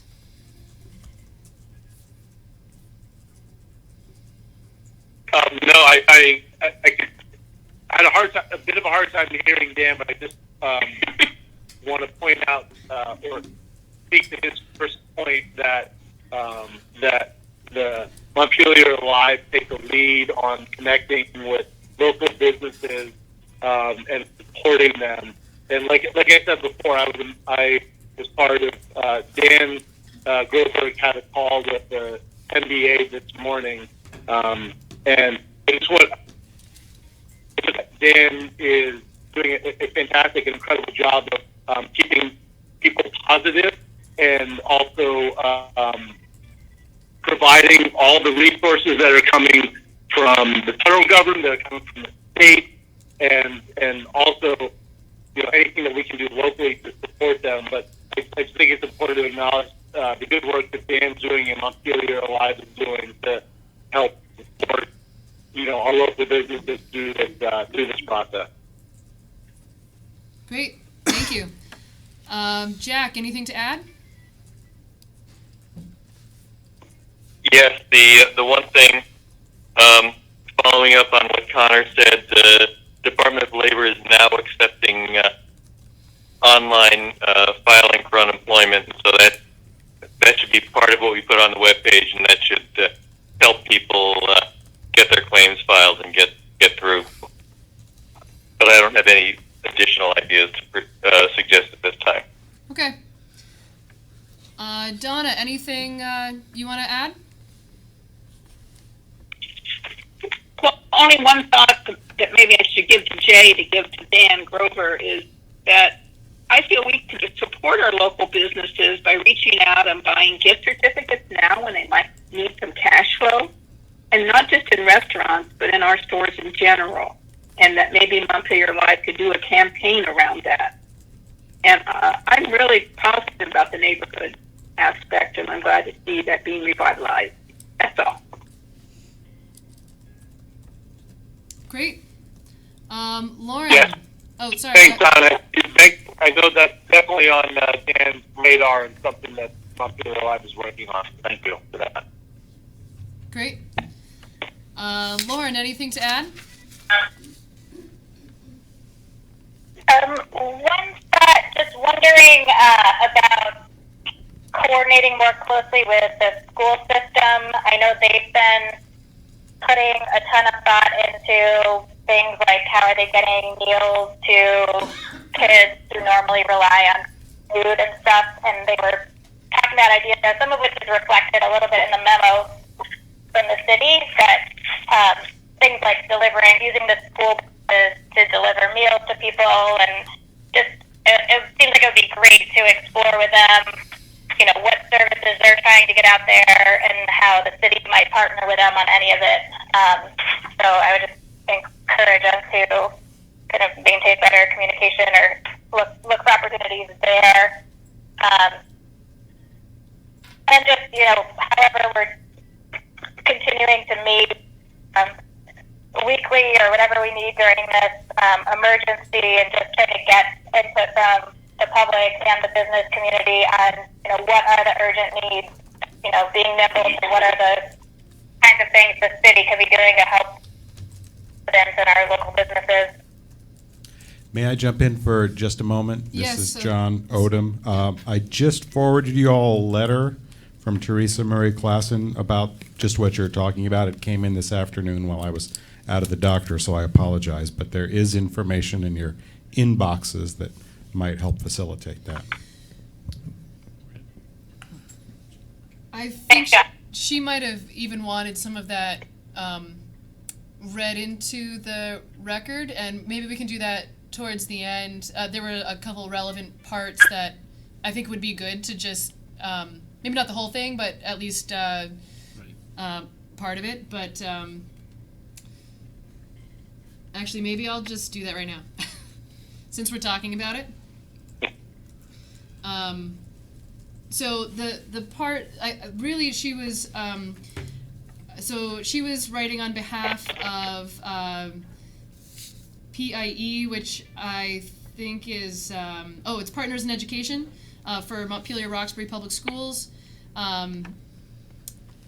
And she was mostly in this letter emphasizing coordination between the city and the school district, and just breaking down silos in general, like having lots of communication and partnership across groups. And she wanted to note that the Partners in Education were ready to help meet some needs, and those included childcare support, meal prep distribution, financial assistance, noting that they have a great track record for fundraising, emotional and social support, curriculum support, communication support, grassroots community organizing. And then she also brought up this idea of some kind of a task force. That may be something that we want to revisit. But I just wanted to make sure that was out there. She had a really lovely closing paragraph also, but I'll let you read that. In any case, where were we? We were talking about Connecting with the schools. Connecting with schools. And Lauren, was there anything else you wanted to add?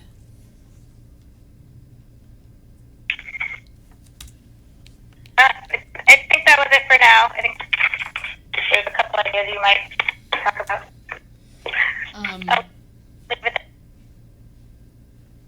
Okay, and Adrian, do you want to add anything?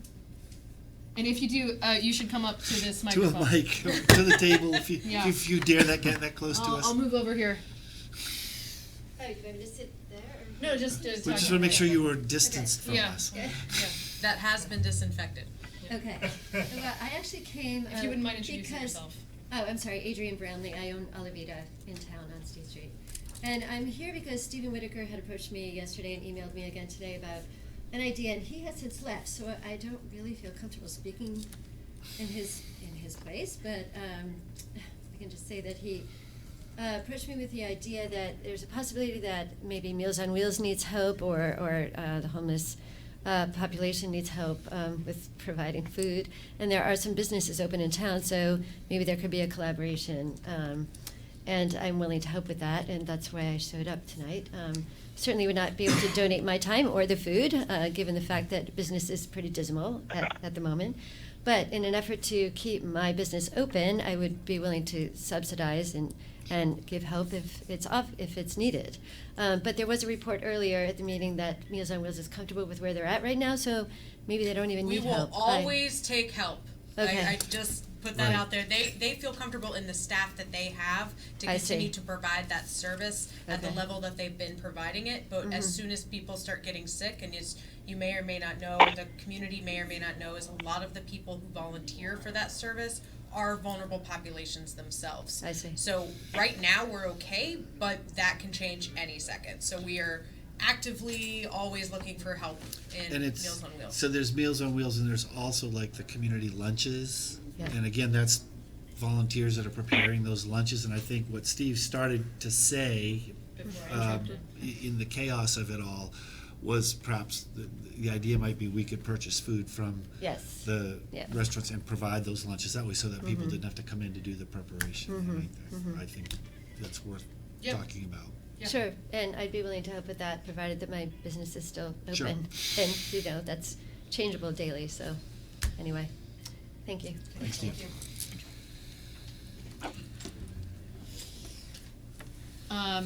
Okay, I have a few ideas that I wanted.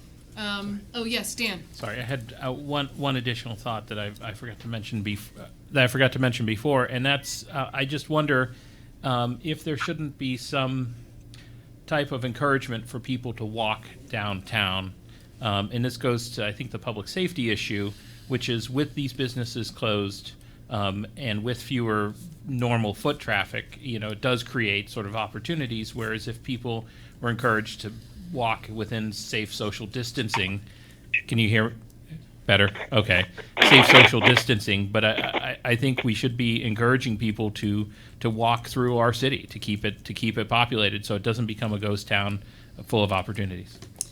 Cameron. So something exciting that I touched on a little bit in the memo that we're doing is the rec center is coming up with a really fun, we think, program where we're going to do like a scavenger hunt that encourages folks to see a lot of our downtown and our other rec facilities, like our paths and the parks. So we're hoping that we can get that information out soon to sort of encourage that kind of behavior. We know it's not the answer, the only answer, but it's part of it. So Great. Thanks. Sorry. No, it's awesome.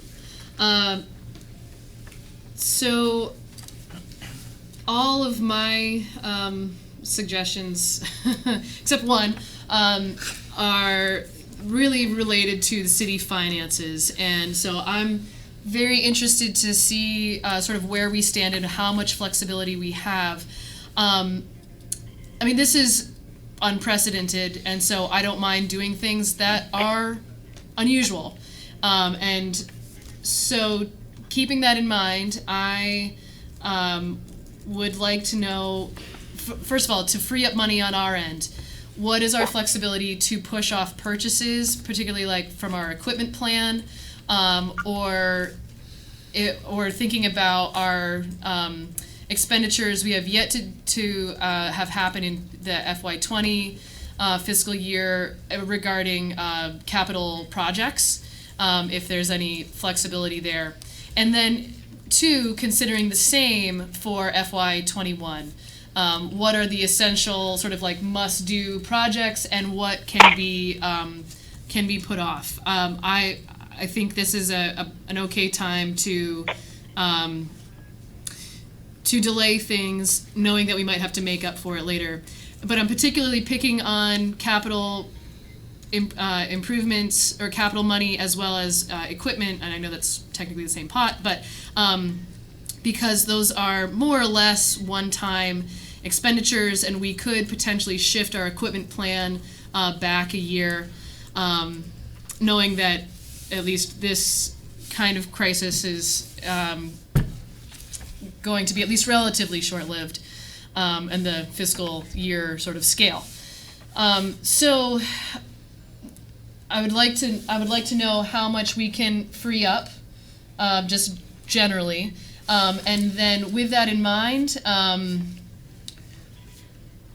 I have a couple of proposals for what to do with that. One is one is dealing with residents who may not be eligible for unemployment, particularly self-employed folks.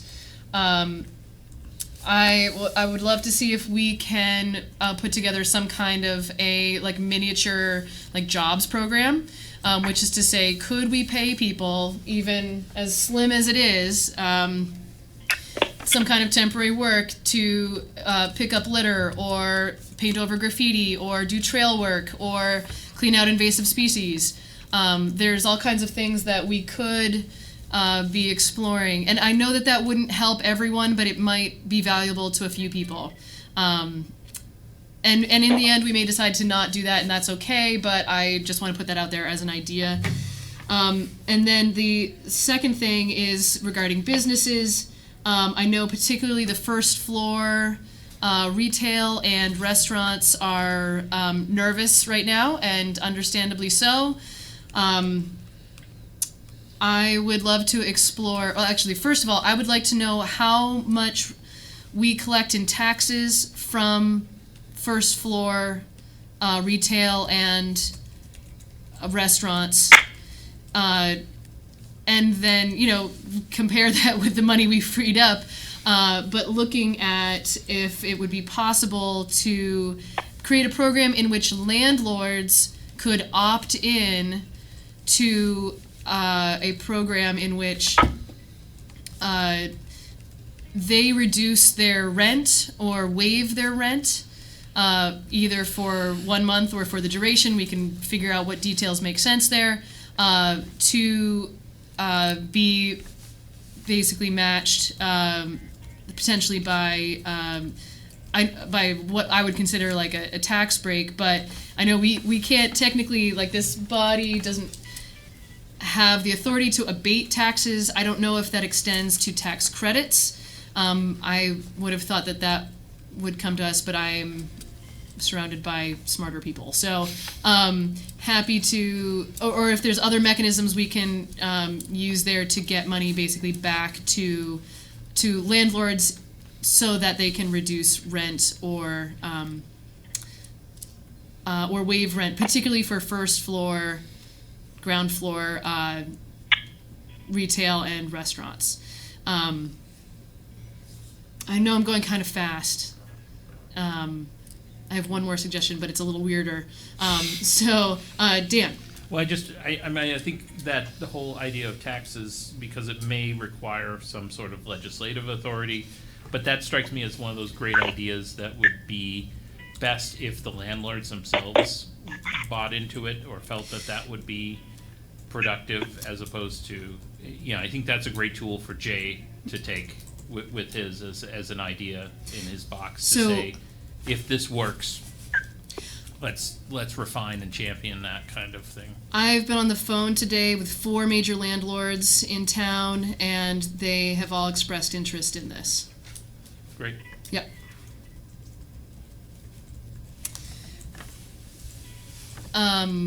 Now, to be fair, the money that we have available that we can free up may not compare to rent for a month. But even if we can do some portion, that may still be worth talking about. There are details that would obviously have to be set up for that, but we can, it's not going to happen right, we're not going to necessarily decide that tonight.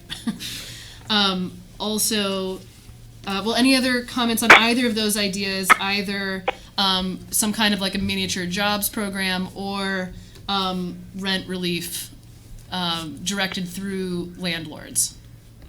So at this point, you're just saying collect all the information. Let's see how big that pot of money is. Yes. And then decide from there. But yes. Conceptually going forward, is it worth considering, right? Right. I guess that's. And I would say both are worth considering, but yeah. Okay. Once we see the details. Yeah, because I don't know those numbers either. I don't know that anyone does right now. So, on those two things, yes, Donna. Yeah, thank you. I like the idea, but I do caution us. This may go on for months, people. So I like the idea of looking at creating a pot, but not being too quick of how it goes out until we have a more holistic view. Okay. Point well taken. Lauren, anything to, yeah, Lauren, go ahead. I agree with the comments so far. I think they're interesting ideas that we should definitely explore and look into. It seems like part of that, maybe to Donna's point, of looking at what the stimulus package and other things that might be coming out of the federal government.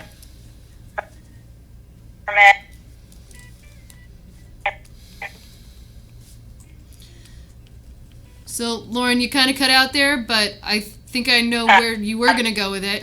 The city or all the businesses later that could be paid back or something, but just kind of being nimble to what opportunities might come up, and maybe we can be more, quick in getting stuff out from the federal government, and that alone might help float our businesses or So you're something suggesting, like that. so you're suggesting that together with this suggestion, we also look at potential money that may be coming from the feds or the state, specifically for small business relief. Yeah, just look at the full picture of what could come out, and maybe have some different options depending on what ends up being available, but including, as you suggested, looking at what the city alone might be able to do. That maybe we have tiers or different things we could do if different pots of money become available through state or federal programs. Great. Jay, anything to add to that? No, I agree with Lauren. I think that looking at those state and federal funds I agree with her. Jack, anything to add? I agree with most of what I've heard. I like the idea of figuring out how much money we can flex in our budget. And I agree with Donna's point that, given the fact that we can assume that a vaccine may be available in a minimum of a year to a year and a half, I don't think we can predict. Yeah. Fair enough. The only other idea I had, which really pertains to Jack in this conversation mostly, is because I'm thinking about the groups of people that might use some help. I was thinking about businesses and residents, the underemployed right now, but also just people, just renters. And so, Jack, I'm wondering if you can comment on the possibility of using housing trust fund money for anything regarding relief for renters at this point.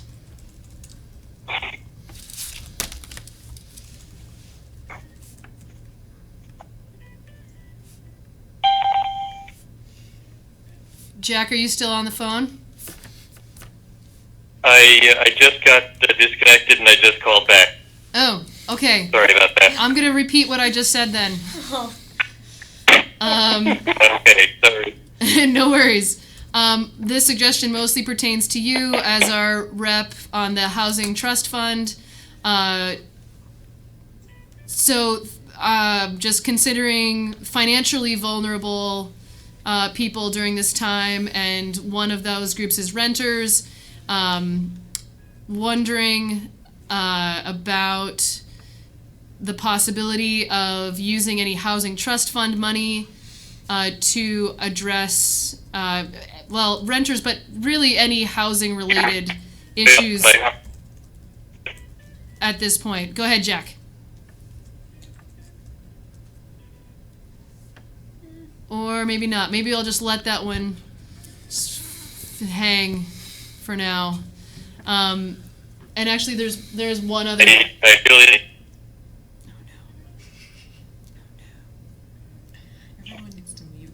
And I'm going to suggest that we talk offline because I'm not hearing anything that you're saying.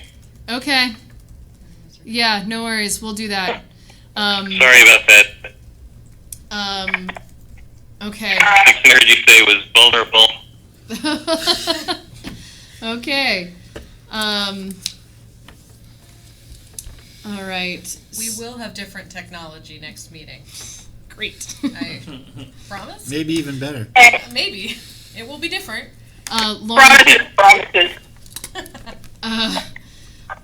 Okay. So, at this point, this is all that we had regularly planned.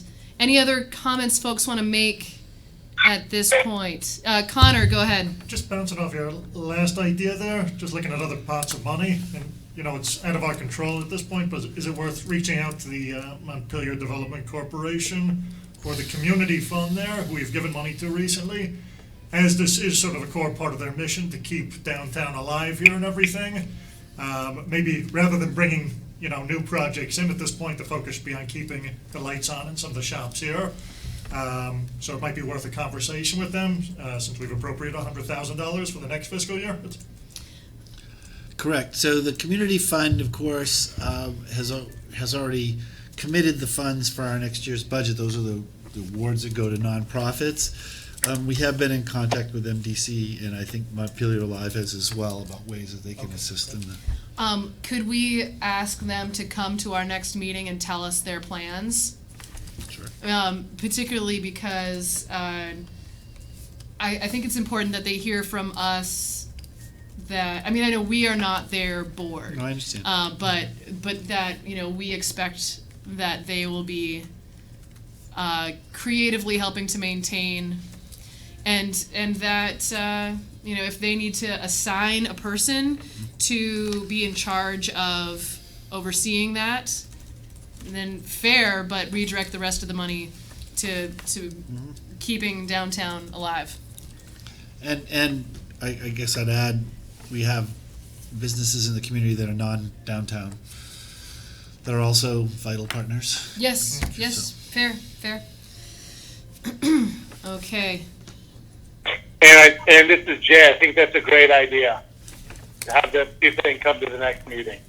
I'm just gonna toss in one thing here, and it's, there's always got to be the one bureaucrat in the room, right? So that's me. I appreciate the idea. So we have already begun the process of trying to identify funds, budget funds, as the mayor recommended. I would remind you, though, we've got to balance that against potential lost revenues. So, we free up $200,000 or $300,000 in projects, and we're going to lose $200,000 or $300 in local options tax. We're still not ahead. So just keep that in mind, that it's a two-way street. So we're trying to do that analysis. We obviously would love to be able to provide the assistance that we need, and we'll be looking to do that. But just we've got to look at both sides of the equation. Connor, go ahead. Yeah, just along those lines, both Bill and Cameron, if anything approaching, I think, layoffs finds its way onto like a rescission plan or anything, if we could just get a lot of notice on that, because I know personally, I don't want to be in the business of putting more people on the unemployment line, and I think our staff is thin as it is. We need all hands on deck here, so that would be a last case resort in my mind. Yeah, I agree with you. I agree as well. Okay. Dan. I guess one thing that maybe is a final thought is that, on the call today with the homelessness task force, there was an undercurrent that people are starting to have anxiety about what's going on, and I don't think it would be a bad idea. It's a double negative. I think it would be a good idea if we, as the city, the mayor, the council, the manager, the clerk, the staff, send a letter to the public, reassuring them of a lot of what we've talked about tonight, letting them know that, but also defining what we're here to do, which is not to provide some of these social services, but we're here to make sure that the core services are here, and that the water will be clean, the sewer will be treated. We will continue to provide public safety and fire safety. These functions will continue, and that we, continue to have these underpinnings, which, are not the most glamorous thing, but the difference between clean water coming out of your faucet and not is between civilization and not, in a lot of ways. And so I think maybe sending a letter telling the people and citizens of Montpelier, what we're doing, and that we have their back on these core issues, I think is really, really important. I agree. So Bill and I have been talking about having more frequent communication with the public as well. But I like this idea of having like a kind of like a comprehensive letter about just what you're describing, Right. and also maybe having some direction about, if you're elderly, here are, some resources. If you have kids who need to be fed, here are resources. And something maybe that we could just mail to every resident, potentially. Yeah, I mean, I think in some ways that's a great idea, and I applaud your and Bill's work, like Friday with the press conference. I mean, the public availability, because I think those are important hallmarks, because especially as we become more socially isolated throughout this, unlike other crises where we can all come together and burn the bright lights brightly in the pubs and such, this is forcing us to be alone, and so more communication like this that you can do and that we can do, I think, is important. Yeah. That was great, that live stream? Yeah. Yeah. It was? Cool. Okay. Well, I appreciate everyone's willingness. Can I ask one last thing? Sure. As we think ahead, I heard Lauren mention, maybe more frequent meetings regardless of the technology, to deal with these things. And maybe we could talk about this next week, but I'm wondering, we had a few things like continued ordinance review and some of that stuff. Is that stuff we should just be not focus on so we can keep our focus on this, or do you want to keep going business as usual? So maybe something to think about. And you and I could talk about that. Obviously, we may have some key issues, but even then, if we have to do presentations, that might be a little tricky. But if someone maybe we can figure out how to do them remotely on the screen or something. But so. I think if there is I imagine there will be essential business that we have to get done. For example, we need to probably sign Right. Oh yeah. documents. So, or if there are other items like that we have to do, fair enough. What are other people's thoughts on the sort of particularly about, like, let's say next week's meeting? I'm also open to meeting more frequently if there is substance to talk about. I don't know how long it will take staff to come up with some answers for some of the things we raised tonight. If you think it will take a week, then maybe it's not logical to meet sooner, but otherwise, Well, we had next week scheduled anyway, of course. yeah. What are your thoughts? Do you want to meet sooner, and or how do you feel about moving on with things, our norms or Well- other stuff? Yeah. Go ahead, Dan. I'll speak first. Only 'cause you keep looking at me. Yeah. No, it's okay. It's where we're sitting. Yeah. But what I would say is something like the norms. I don't feel that they are as critical at a juncture like this. I mean, maybe we can have them if we have time, because they do sort of form some of the underpinning of us. But I don't feel a need to meet before next week. I think next week we do have to think about, sort of where we sit and whether it makes sense. Bill and Cameron can do a lot because they have the executive function. So it isn't like, we're not like a select board where we have to meet, otherwise the town doesn't function.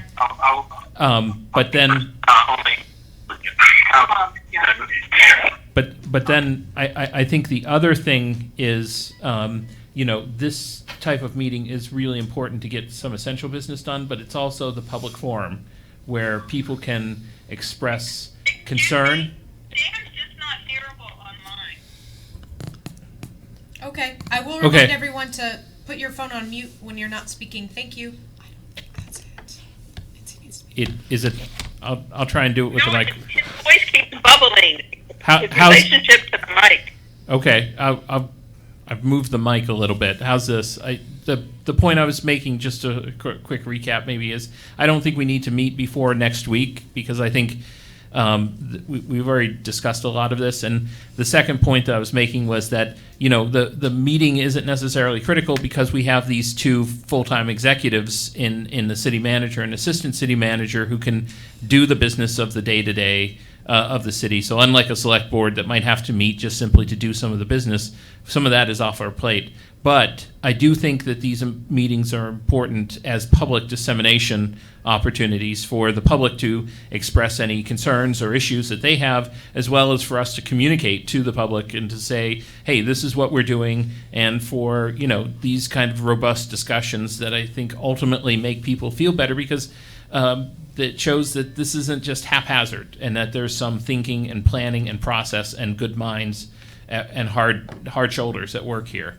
And so that would be my sense, is that, you know, I think we can probably strike a balance somewhere between, we may have to meet more than twice a month, but I don't feel like it's as necessary as, you know, it's not like we have to now meet every week because we have to deal with these crises, because I think the executives can. And so, you know, I think we can have that mixture of essential business, moderate business, and then sort of crisis business. One last question, and this is, Well, actually, before, anyone else want to weigh in on the question of meeting more frequently, and then there was one other part. sort of going on with the ordinance reviews Going and on, things right, like that. non-essential things. Connor? Yeah, I think I pretty much agree with Dan there. You know, I don't think the public's too interested in us pouring through ancient ordinances at this point. And even something like the council retreat, which I hope we can do if we have time, but I think that should play second to making sure we keep everybody afloat here during this difficult time. So, you know, I think most of us would be willing to meet as frequently as we need to. We also don't want these meetings to take up a lot of Bill and Cameron's time when they need to be doing other things as well. So, yep, that's where I'm at. Donna, any thoughts on this? Excuse me, had to unmute you.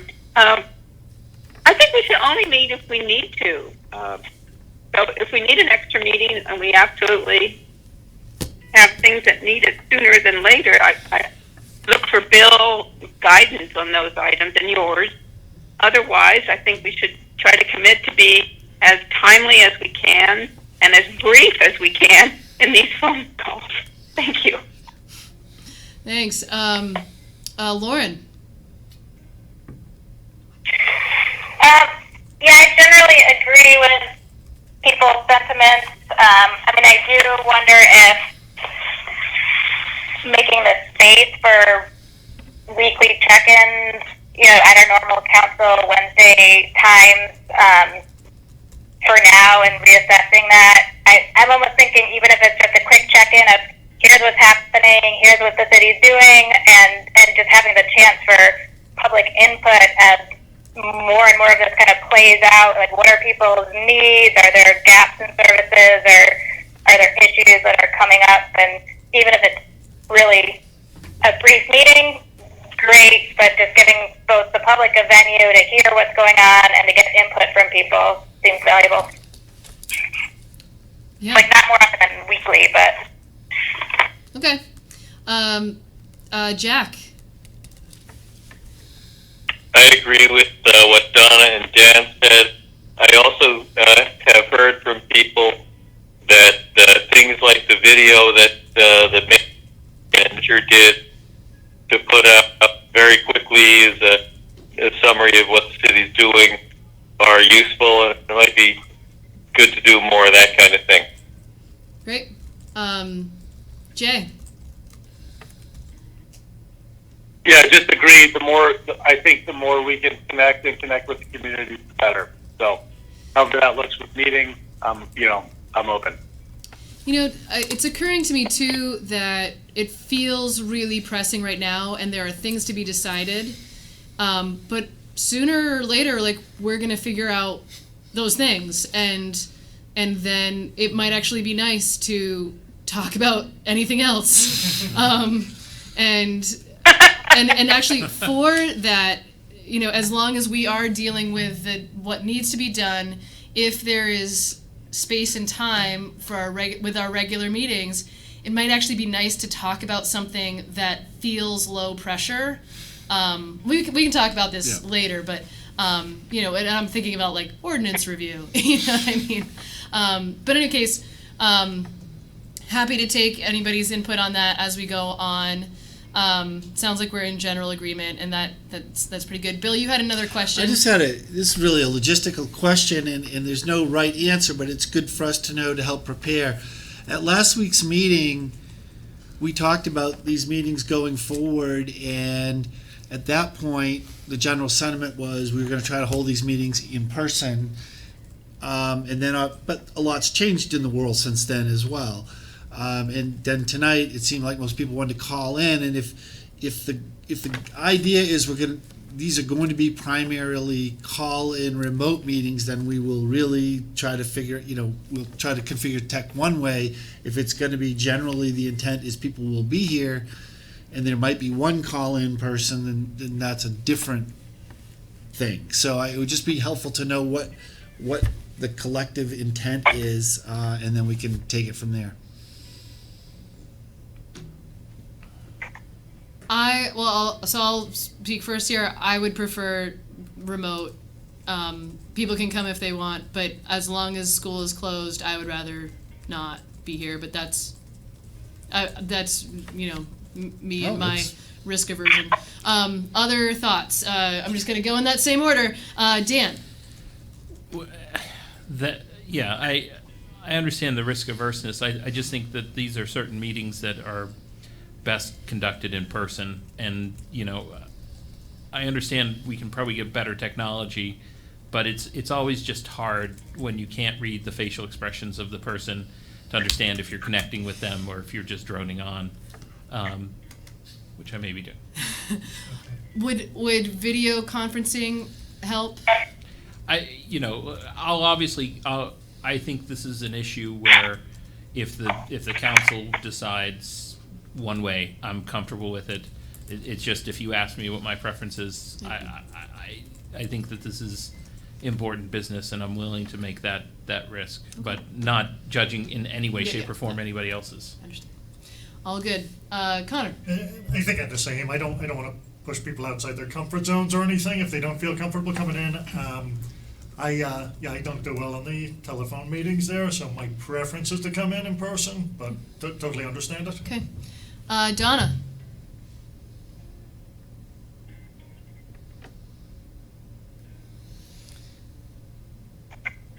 Donna. You're on mute, Donna, if you're talking. Might be on Thank you. I prefer to be in person. I have a bit of a sore throat, so it was the only reason I stayed home this time. I prefer it in person. It just never works as well. But that's my preference. Okay. Lauren.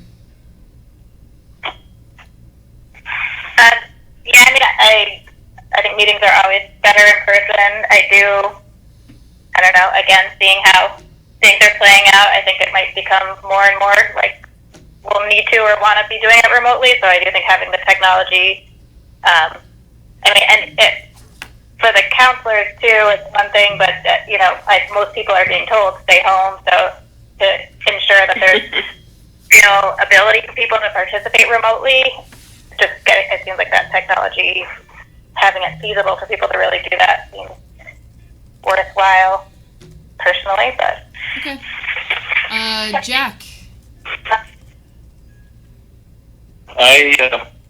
I'm like everyone else. I think I have a strong preference, or most people have a strong preference for being there in person. If I get a negative test result on test today, I would expect to be there next week. I do think we need to be prepared for to do a better job of doing these meetings remotely, because I think it's inevitable that some people are likely going to need to be participating remotely. Yep. And Jay. You're probably right. Yeah, I'm with that to be there in person.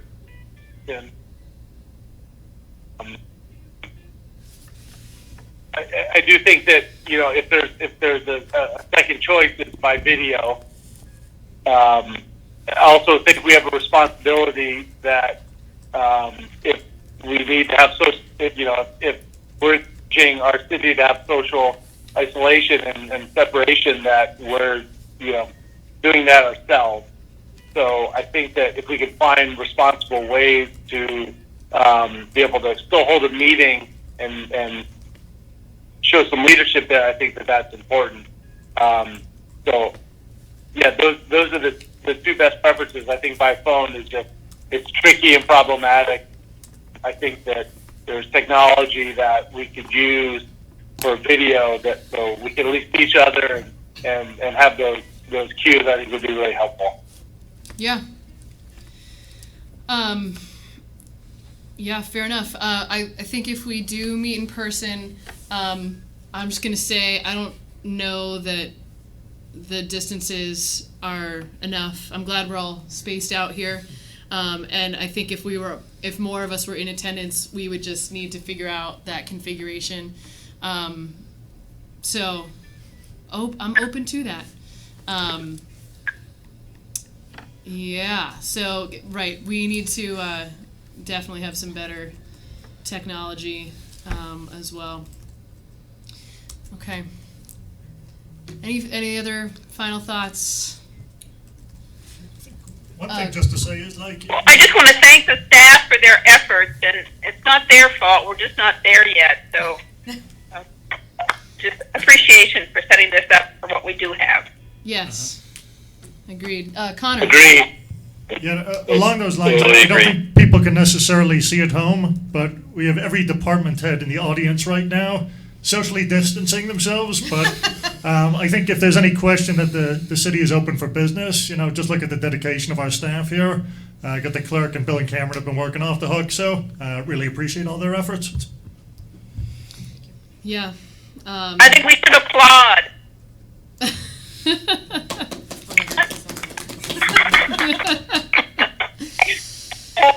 Okay. Well, and I also just want to thank any of the public who took the time to watch or listen to this meeting, and just stay grounded and encourage people to reach out if they need anything. There are lots of people who want to help, and we have great nets for people, if you need help. So, and I think your suggestion, Dan, is great. We'll be in touch more frequently, especially as we're a little more separated from each other these days. So, okay. Any other comments from department heads? Okay. All right. Well, thank you, everyone, and you hopefully can get to bed on time. So we'll consider the meeting adjourned. 8:47.